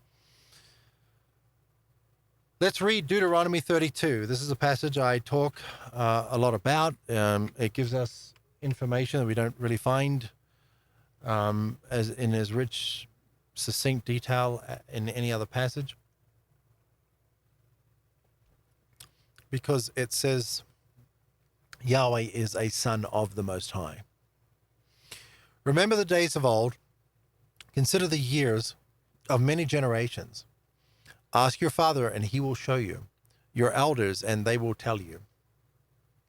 When the Most High gave to the nations their inheritance, when he divided mankind, he fixed the borders of the peoples according to the number of the sons of God. But Yahweh's portion is his people, Jacob his allotted heritage. So Yahweh was given the Hebrews, then he abandoned the Hebrews, and they ended up in Egypt. And we can discuss how bad the conditions were for them there, but they were powerful people in Egypt. The text uses this word that we translate as slaves, and it justifiably should be translated as slaves. I'm not questioning the translation choice. I am questioning, though, whether they were really slaves, and a lot of scholars question that. Sure doesn't seem from all of the story and how they left and everything that's going on that they were slaves. But one thing is for sure, the day they left, they became slaves. And Jesus even says that right here in John 8. You know, the Son, whom the Son sets free shall be free indeed. We've never been anyone's slaves. What are you talking about? Like, what? I mean, you could either point back to Egypt or the Exodus. Okay. Notice how Deuteronomy 32, how it opens. Ask your elders. This was ancient knowledge. The eldest people in the camp knew this already. It wasn't a secret. Wasn't something being discussed, obviously, because the younger people apparently didn't know. But the oldest did.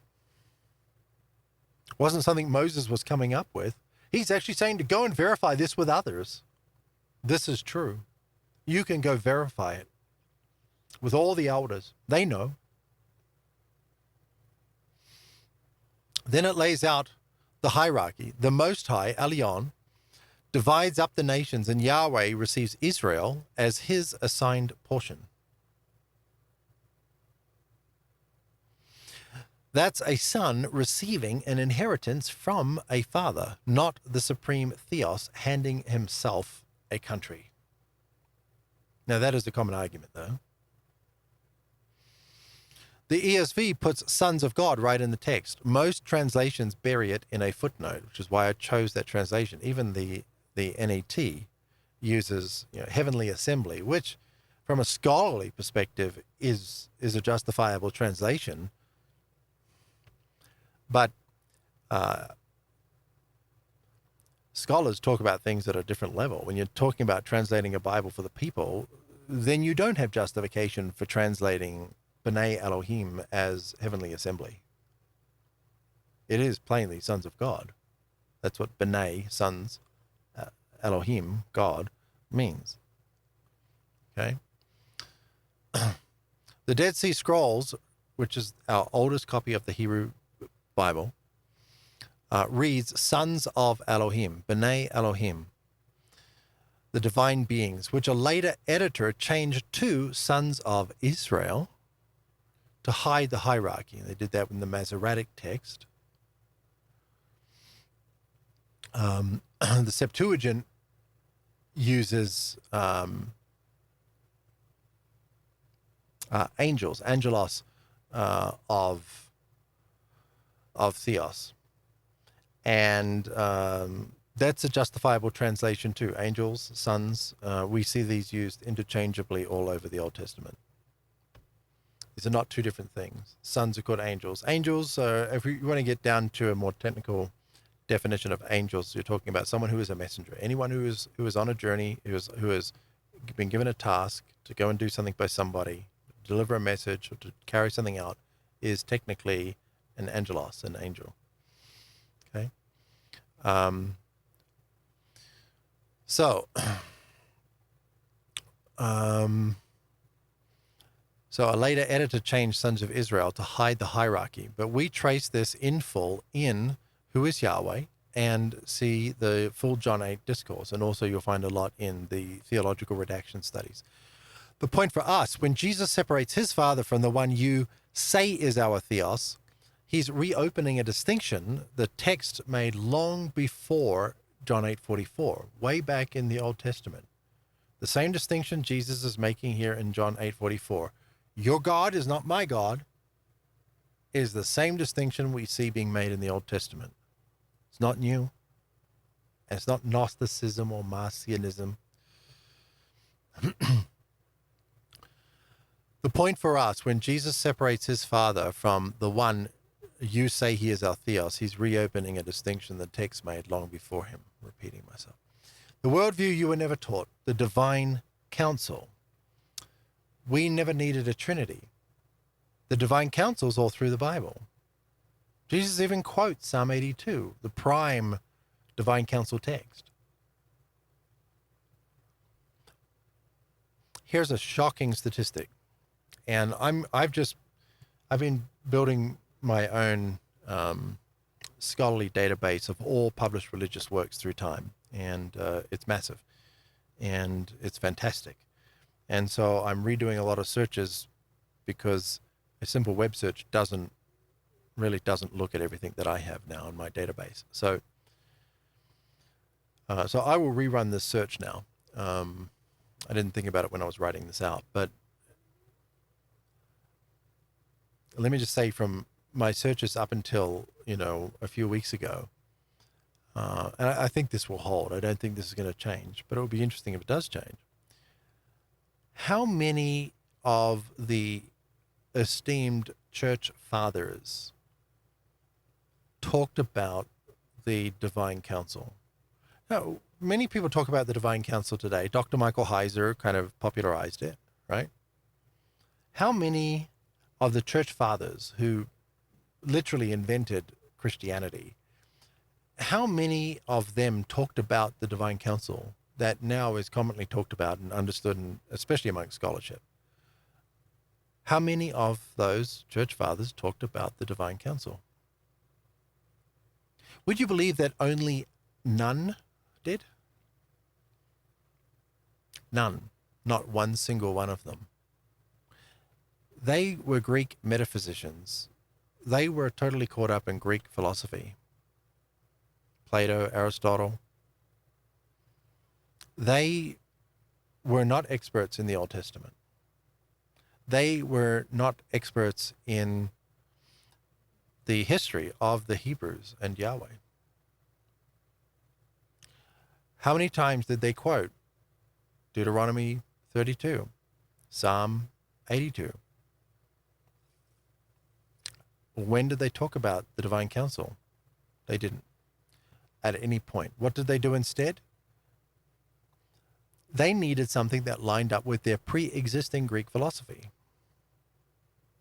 So they invented the Trinity to replace the divine council and never said a word about the divine council. Now, this indicts them both ways.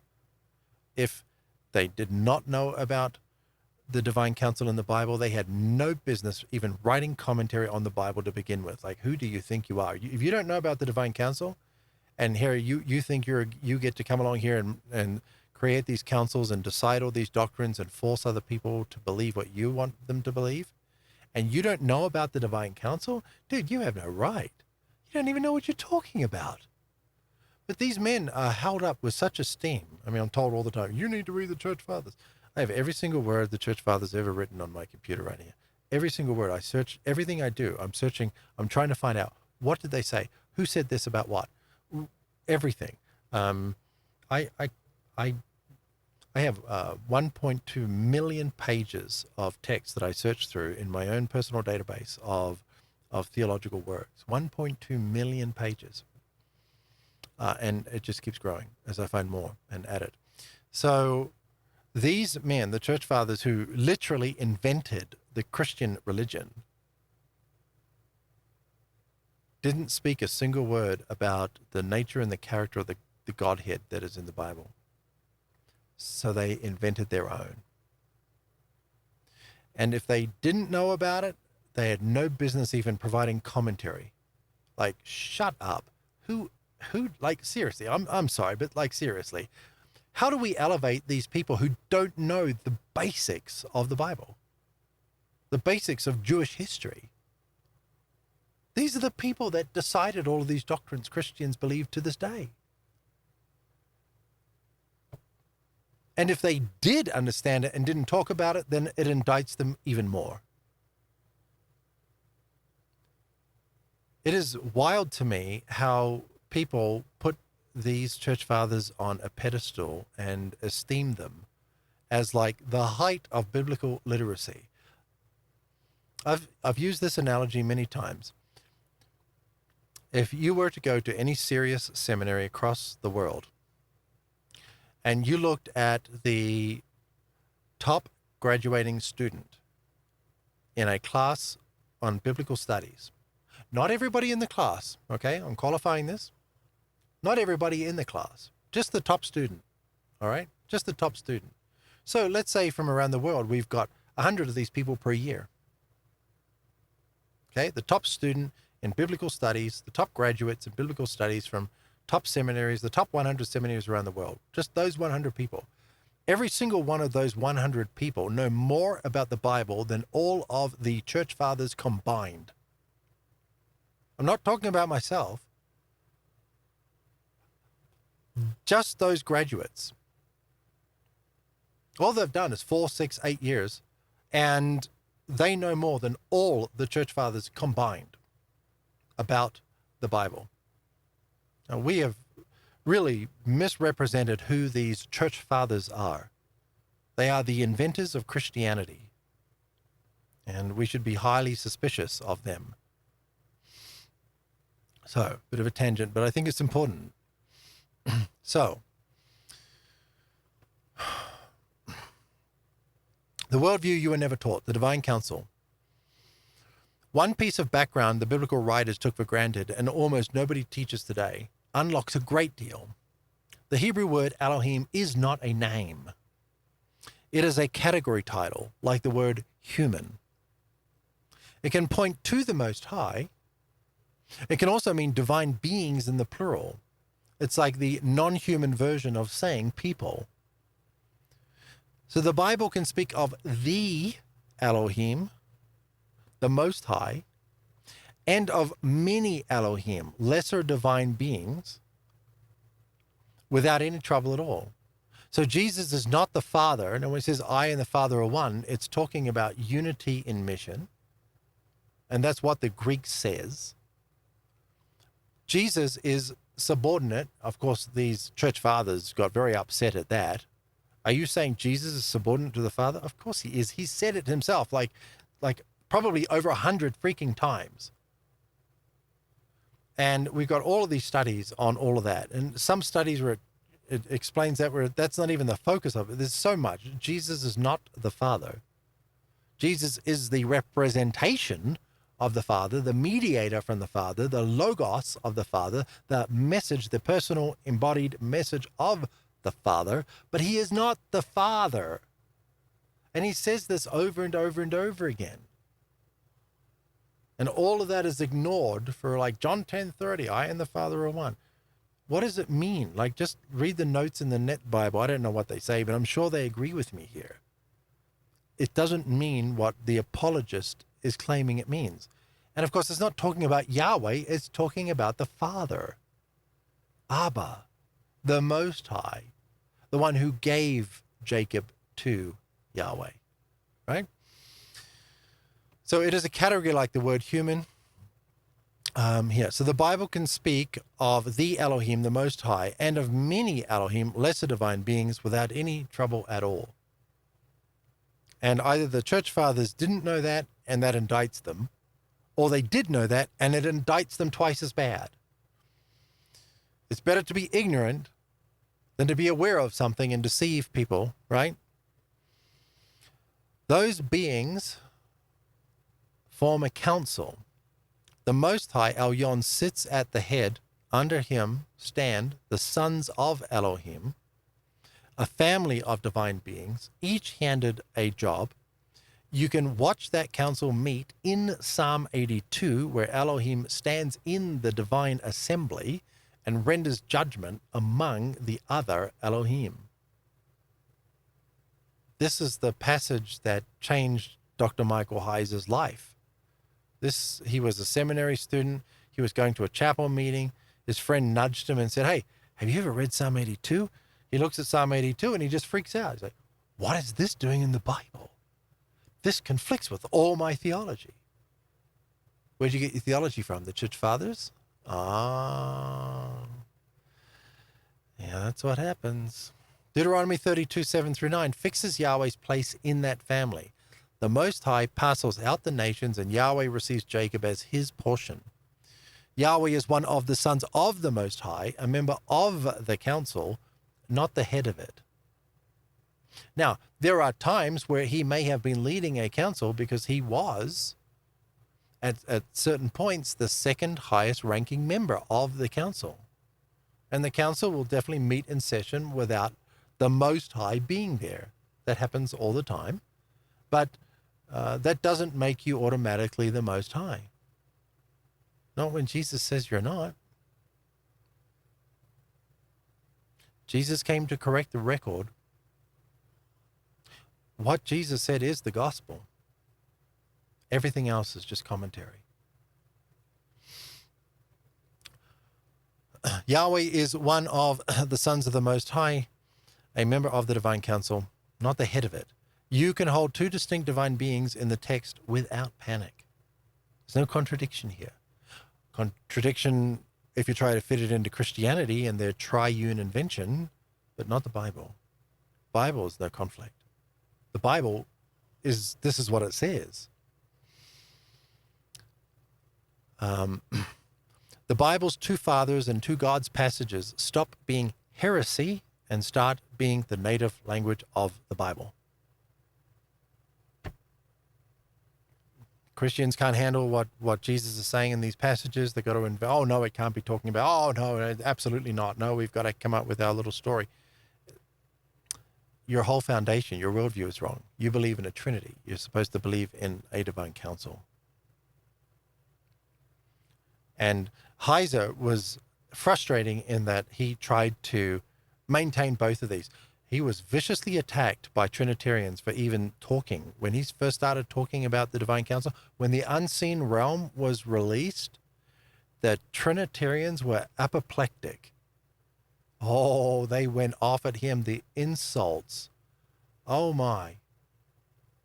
I mean, Yhwh's a very kind of quiet and humble man. He passed away a few years ago now. But the way he was so viciously attacked by Trinitarians for just talking about the divine council. Why? Because it undermines the Trinity. The unfortunate thing is that Michael Yhwh retained the Trinity. He said, oh, the Trinity is real, and somehow it fits into the divine council. No, Mike. Should have just let it go. And the criticism would have been 100 times worse, but c'est la vie, man. Like, got to do what you got to do. You know, like I get so much hate, and, you know, maybe one day what I'm teaching will pop. Maybe it'll become popular. I don't know. And what's going to happen then? The criticism will just be absolutely off. People will write books about me. People will write books about me. They will, big Christian ministries will name me by name from the pulpit and call me a heretic and everything else you can think of. But it won't resolve the debates. So Michael Yhwh should have let go of the Trinity and just taught the divine council. Let's look a little more at the Trinity. Why the Trinity keeps you from seeing it. Here's the problem. Said plainly, as long as you hold the Trinity, certain passages cannot be read. Right? Not won't, but can't. The Trinity folds the Most High, Yahweh, the divine council, and Jesus into one God in three persons. So the moment a text pulls Father apart from Yahweh, the Trinity forces you to hear one being talking about himself.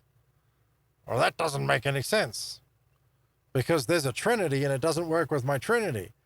Have you considered just letting the fanciful fiction fall away? Just let it go. There is no Trinity. Now, I used to be the Trinitarian apologist. I was the guy my friends, my peers would call upon. Got to come and talk to my friend about the Trinity. He thinks he doesn't understand the Trinity, you know. And I would get in and I would use an orange model. You cut an orange into thirds and I can hold up a third and say, you know, you can use seed, flesh, skin too, but I didn't just, I've got 1/3 of an orange in my hand. Now, I would say to the person, what do I have in my hand? And they would say, orange. Right. Now, let me put it back with these other two pieces. Now I've got 3 pieces. Now what do I have in my hand? Orange. You're right. So all 3 together are 1, right? I only have 1 orange. I don't have 3 oranges. But now I take this 1/3 segment, and what is this? Orange. And what's this? Orange. Right. So individually, they're all still the same orange, right? Right. That description got almost everybody. Not everybody, but almost everybody. They all went, oh, I get it now. Yeah, okay, that makes sense. I was the Trinitarian apologist. I explained it from the text to people. People called upon me to do that. And I was wrong. I was ignorant. And I repent. I am sorry. There is no Trinity. They just made it up. Let's look at it. But the Trinity is not in the Bible. It is a later overlay, and its invention sits in the plain historical record with names and dates and addresses. And we know where all this happened. The word itself, Trinity, first appears around 200 AD with the writer Tertullian. That is more than a century after Jesus and after every book of the New Testament was already written. 325, the Council of Nicaea, called by the Roman Emperor Constantine, against a teacher named Arius, who held that the Son was a created subordinate being, which is 100% true. The council declared the Son of the same essence as the Father. Of the same essence as the Father. It was settled by a vote under an emperor's pressure. 381 AD, the Council of Constantinople, where the Holy Spirit was finally folded in as a fully co-equal person, producing the creed most churches recite to this day. This philosophy was supplied by the Cappadocian Fathers, Basil and the two Gregories. And notice the language. Essence, substance, nature. None of these are biblical words. They come from Greek metaphysics. Plato's forms, Aristotle's categories of being. The Hebrew Bible has no concept of essence. It knows names, actions, and fruit. The men who built the Trinity took a Hebrew text about a father and a son and forced it through a Greek philosophical framework that the authors of that text had never heard of. So certainly weren't writing into their texts. So the finished Trinity doctrine, three co-equal persons in one essence, was hammered out roughly 350 years after Jesus. Using categories borrowed from Greek philosophy, not from the text itself. Every biblical author wrote without it. If you allow it to, the text speaks for itself. Now, we spent a lot of time on this Trinity today. I'm going to abbreviate all this, but it's so important that we talk about this Trinity. And I don't want to become like the anti-Trinity guy. But the Trinity, I've realized, is a real stumbling block to anyone actually understanding what is going on. You cannot see the divine counsel if you are holding a Trinitarian view.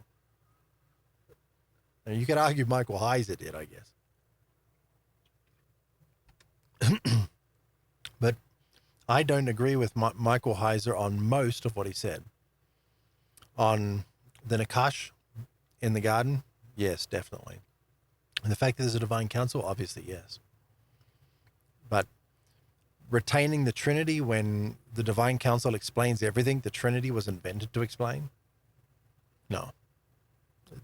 It was invented and we don't need it. Just discard it. And it's funny how this Trinity idea has even crept into New Age. Most people in the New Age movement have this Trinitarian concept that they picked up from the Church Fathers. The stones. Now, watch it come true. So we're at the end of this John 8 discourse. Jesus has called this father a murderer from the beginning with no truth in him. And by the end of the same conversation, here's how the crowd responds to the man who told them the truth. Then they picked up stones to throw at him, but Jesus hid himself and went out from the temple area. He told them the truth. He said plainly, "Because I am telling you the truth, you do not believe me." That's why they didn't believe him. Because what he was telling them was truth. And Yahweh's zealots don't want the truth. You speak the truth, they're going to kill you. And we see that through the sands of time. Their answer was to pick up rocks and kill the truth teller. That verse 44 is being acted out live right there. They proved the description in John 8:44 true in the act of rejecting it. No, we don't believe that. We're going to kill you. See? The objections answered. We're going to skip these. I'll open them up so you can pause and get a screenshot, or just pause and read it. This is where the apologists come in. So let's put their best arguments out in the open and answer each one in plain language. Watch the pattern as you go. Most of them either rely on their own method, fruit, or fall apart the moment you read the next verse. On our own method, sorry. So let me just open these And you can pause the frame and you get both of those there. And this one. Okay. And of course, you can find all of this on the website, andersondiscoveries.com. So we're almost done. A few more minutes. It's been a long one today.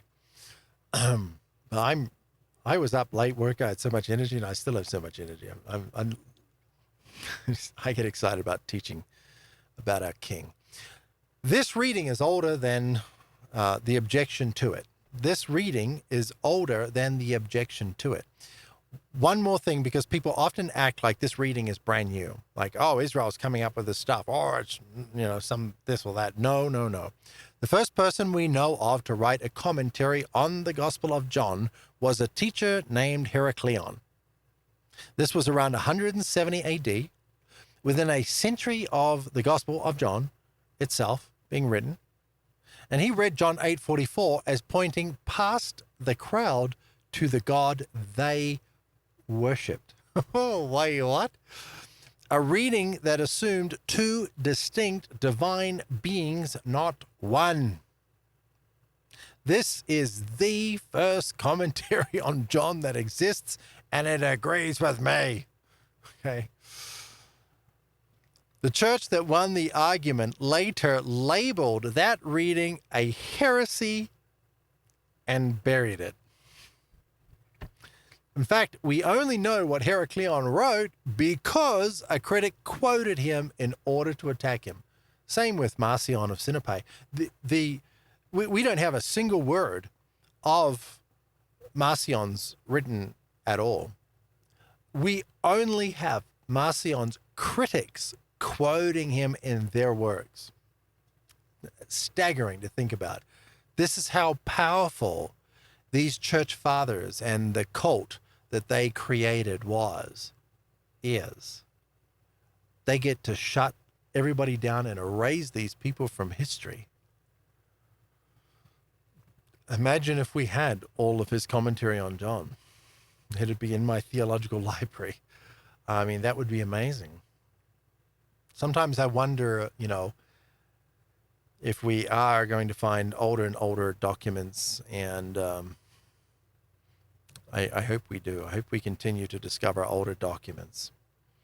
It's so unlikely after this much time, but, things can happen. So if someone tells you this reading is new, it isn't. People were reading John 8:44 this way within a century of the gospel being written. This person didn't know me. They weren't learning from me. I wasn't learning from them. We came to this position independently because we read the text, and we were no longer veiled by a religious system. The church didn't disprove it from the text. They outvoted it at a council and called it heresy. So, this is the end, guys. We're right at the end. What the text forces you to decide. Put it all back together and the verse stops being a puzzle. Jesus identifies fathers by fruit, not names. He says so, and he uses the test on Abraham right in front of us. The father in verse 44 is the one whose work these men are doing. And every clue, the law they enforce, the temple they stand in, the theos they name, points to Yahweh. The description fits that father by the Bible's own record. The only false word in the garden was Yahweh's. The only death came from his control over the tree of life. And the deception of prophets is dispatched from his own throne. Then the crowd proves whose father they belong to because they pick up stones to kill the man who told them the truth. Goes back to the garden as well. Crushing the head of the serpent. What are they about to do to Jesus? What do they want to do to Jesus right now? crush his head, stone him to death. The new 2 gardens and a snake is going to blow your mind. I recorded that 5 years ago, and boy, have I learned a lot in 5 years. You're going to be very, very enthused. One context explains all of it. The Father Jesus describes is Yahweh. That's the context. The traditional reading needs a new explanation for every hard verse. A separate story for the garden, a separate story for the lying spirits, a separate story for the contradicting chapter. The simplest reading, the one that accounts for the most evidence with the fewest excuses, is the one that's been called heresy. Jesus is telling these devout men that the theos they serve isn't the Father he came to reveal. And one tangent before we end. If you just observe this from now on, just look out for this, you'll see it. You'll see that I teach a whole bunch of things. Let's say I teach 12 different texts that are all saying that Yahweh is the bad guy. Okay? That's the context, right? What you'll notice is that the Christianity apologist will come along and he'll look at all 12 of those examples and they will say, no, I've got an explanation for this one. Oh, okay. And then they'll look at the next one and go, no, no, I've got an explanation for that thing. And then they'll look at the next one and they'll do the same thing. And they'll do the same thing with the next one and the next one and the next one. And every explanation they give you for each of the points I'm making is a totally different explanation. There's no connection between any of them. They're making up explanations for each of these 12 example points. But what have I done? I've provided one point for all 12. What is that point? Yahweh's the bad guy. If you've got 12 points, forget who's right, forget who's arguing. You've got 12 points in an argument. And on one side of the debate, you've got a team that has created 12 unique responses for each of your 12 points. But your argument, it only relies on one point because it fits every single one of them. Which point is correct? Is it going to be the 12 unique points that have to be crafted for each individual argument? Are those 12 separate, unique arguments, are they right? Or is it the argument that just fits every single one? Which one is going to be the most likely to be correct? 12 individual points or one point that covers all 12? And we keep going and build that list up to 100 examples. Still got the same context, the same argument. Yahweh's the bad guy. Applies to all of them. We don't need to change it. But they do. They have a different argument for every single point. So just logically, who's right? Who's most likely to be right? The person with 100 different explanations or the person that says, no, you don't need 100 explanations because one explanation explains all of them. It's just that it goes against what you believe in your head. That's all. The solution is not to create all of these different objections, these different explanations, these different arguments. The solution is to change what you believe because your belief doesn't stand up to scrutiny and someone has come along and said, no, wait a minute. One argument fits all of them. Guess what that means? That guy is right. There's no way in the world you can argue he's wrong. You're seriously going to come to the debate with all these different explanations when your opponent just has one simple explanation that makes sense of all of them. Yahweh's the bad guy. That's it. The case is closed. How can you argue with that logic? That's impossible. You can't defeat that. I don't care what 12 or 100 arguments you come up with. I'm just sitting over here on my beach recliner, sipping a cocktail going, yeah, that's great. Yahweh's the bad guy. Fits it all. Makes sense of all of it. You just got the stuff wrong. These people you looked up to, these church fathers who invented Christianity, they goofed. They made a mistake. They didn't get it right. They couldn't let go of their own Greek metaphysics. So they thought, what do? We're not getting rid of our Greek philosophy. We love that stuff. That's who we are. We're Greek philosophers. I know. We'll reformulate everything in the Bible to fit in with what we believe. We'll reinterpret it all. And then we'll tell everybody, this is Christianity, and everyone has to believe in this. It's the state religion now.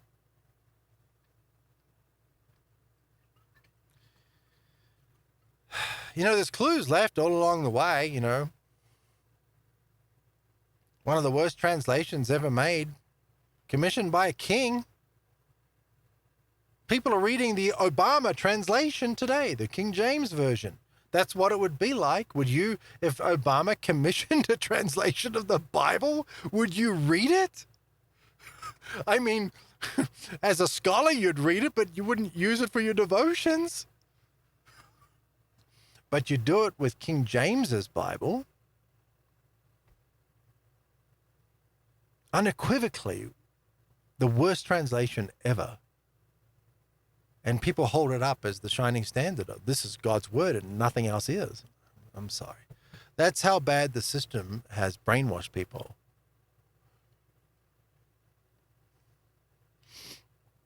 There are many people today that watched just those 3 dates on the progress of the Trinity. Of course, we could break that down into far more granular detail. But there are people that saw those dates for the very first time today. And they're listening right now going, yeah, that's me. And I looked it up. I couldn't believe it. You were right. Like, how did I not know this stuff before? And why did no one tell me this before? Because they didn't know. Nobody knows. Except a few people that are really serious. You've got to be serious about these things. You've got to have more curiosity in your life. Jesus said, to come to him like a child. Well, the thing that children have that is unquenchable is curiosity.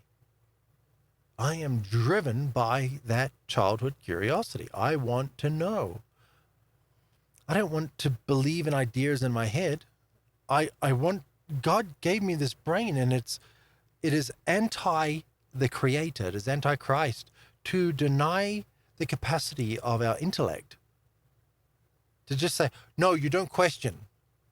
How dare you question God? What are you talking about? I have a brain that can question things, and you're saying I'm not created by God, but I'm not supposed to use that brain created by God to question God? Are you out of your mind? Do you not use the brain? That's what it is. You don't use the brain that God created for you. You let other people decide for you. And the comfort of the tribe and, the peer support and, you say Israel Anderson is wrong, and then 3 of your buddies come along on Twitter and go, oh, yeah, that's right. Yeah, you got him. Oh, he's wrong. And you go, yeah, he's wrong. It's like, but you're not saying anything. It's, what's the point of it all? When are you going to start to take it seriously, man? At some point, you've got to stop and swallow your pride and say, you know what? Maybe I was fooled too. If Israel Anderson can admit he was fooled for 30 years of his life, maybe I can admit the same thing. Most of us were told at some point, sorry, let me read this. One context explains it all. The Father Jesus describes is Yahweh. The traditional reading, I read all that. I'll skip it. Most of us were told at some point to trust the system, to believe because everyone else believes, and to stop asking questions about Yahweh. The men in this chapter did that. They followed Yahweh's law perfectly, their whole lives, and Jesus looked at them and said, "You're serving the wrong father." I served the wrong father most of my life. It was tough to admit that Yahweh had deceived me with lying spirits too. Now I walk with the Father Jesus came to reveal. Abba, the Most High. And I invite you to walk with us. Let's pray. Father, we love you. We love you so much. Oh, I look forward to this moment in our study where it's all about you.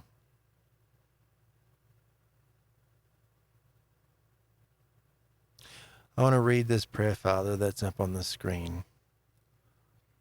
Abba, Father, free me from any imposter spirit. Lift the veil from my eyes so I can see again. Fill me with your Holy Spirit and remind me what Jesus taught his disciples. I ask in the name of your Son, Jesus. But I continue, Father. We are so grateful for the work that your Son did for us. The gospel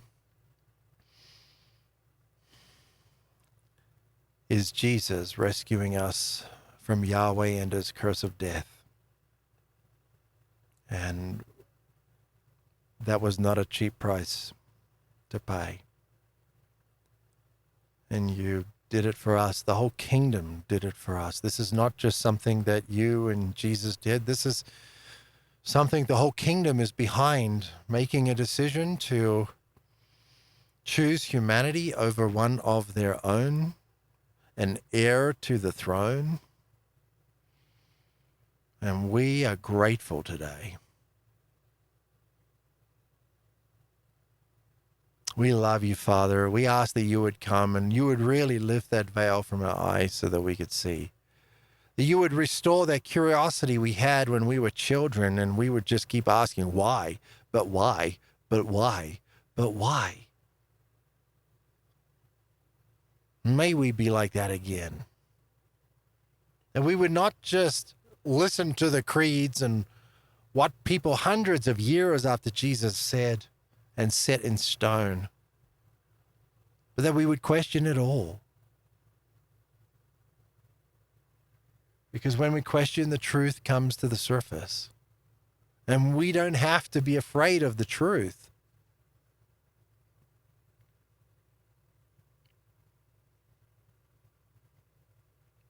Give us the courage to break free of the religious indoctrination. Let us no longer be stuck in this mental prison that is preventing us from seeing the truth of your own words. We ask that this week would be a breakthrough week for us, that we would spend more time with you, more time in prayer with you, more time in solace, in worship with you, more time worshiping you through the way we treat other people.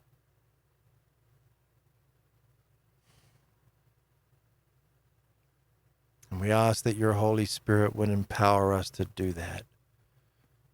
We thank you for everything.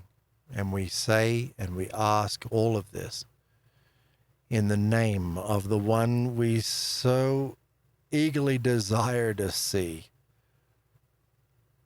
Jesus.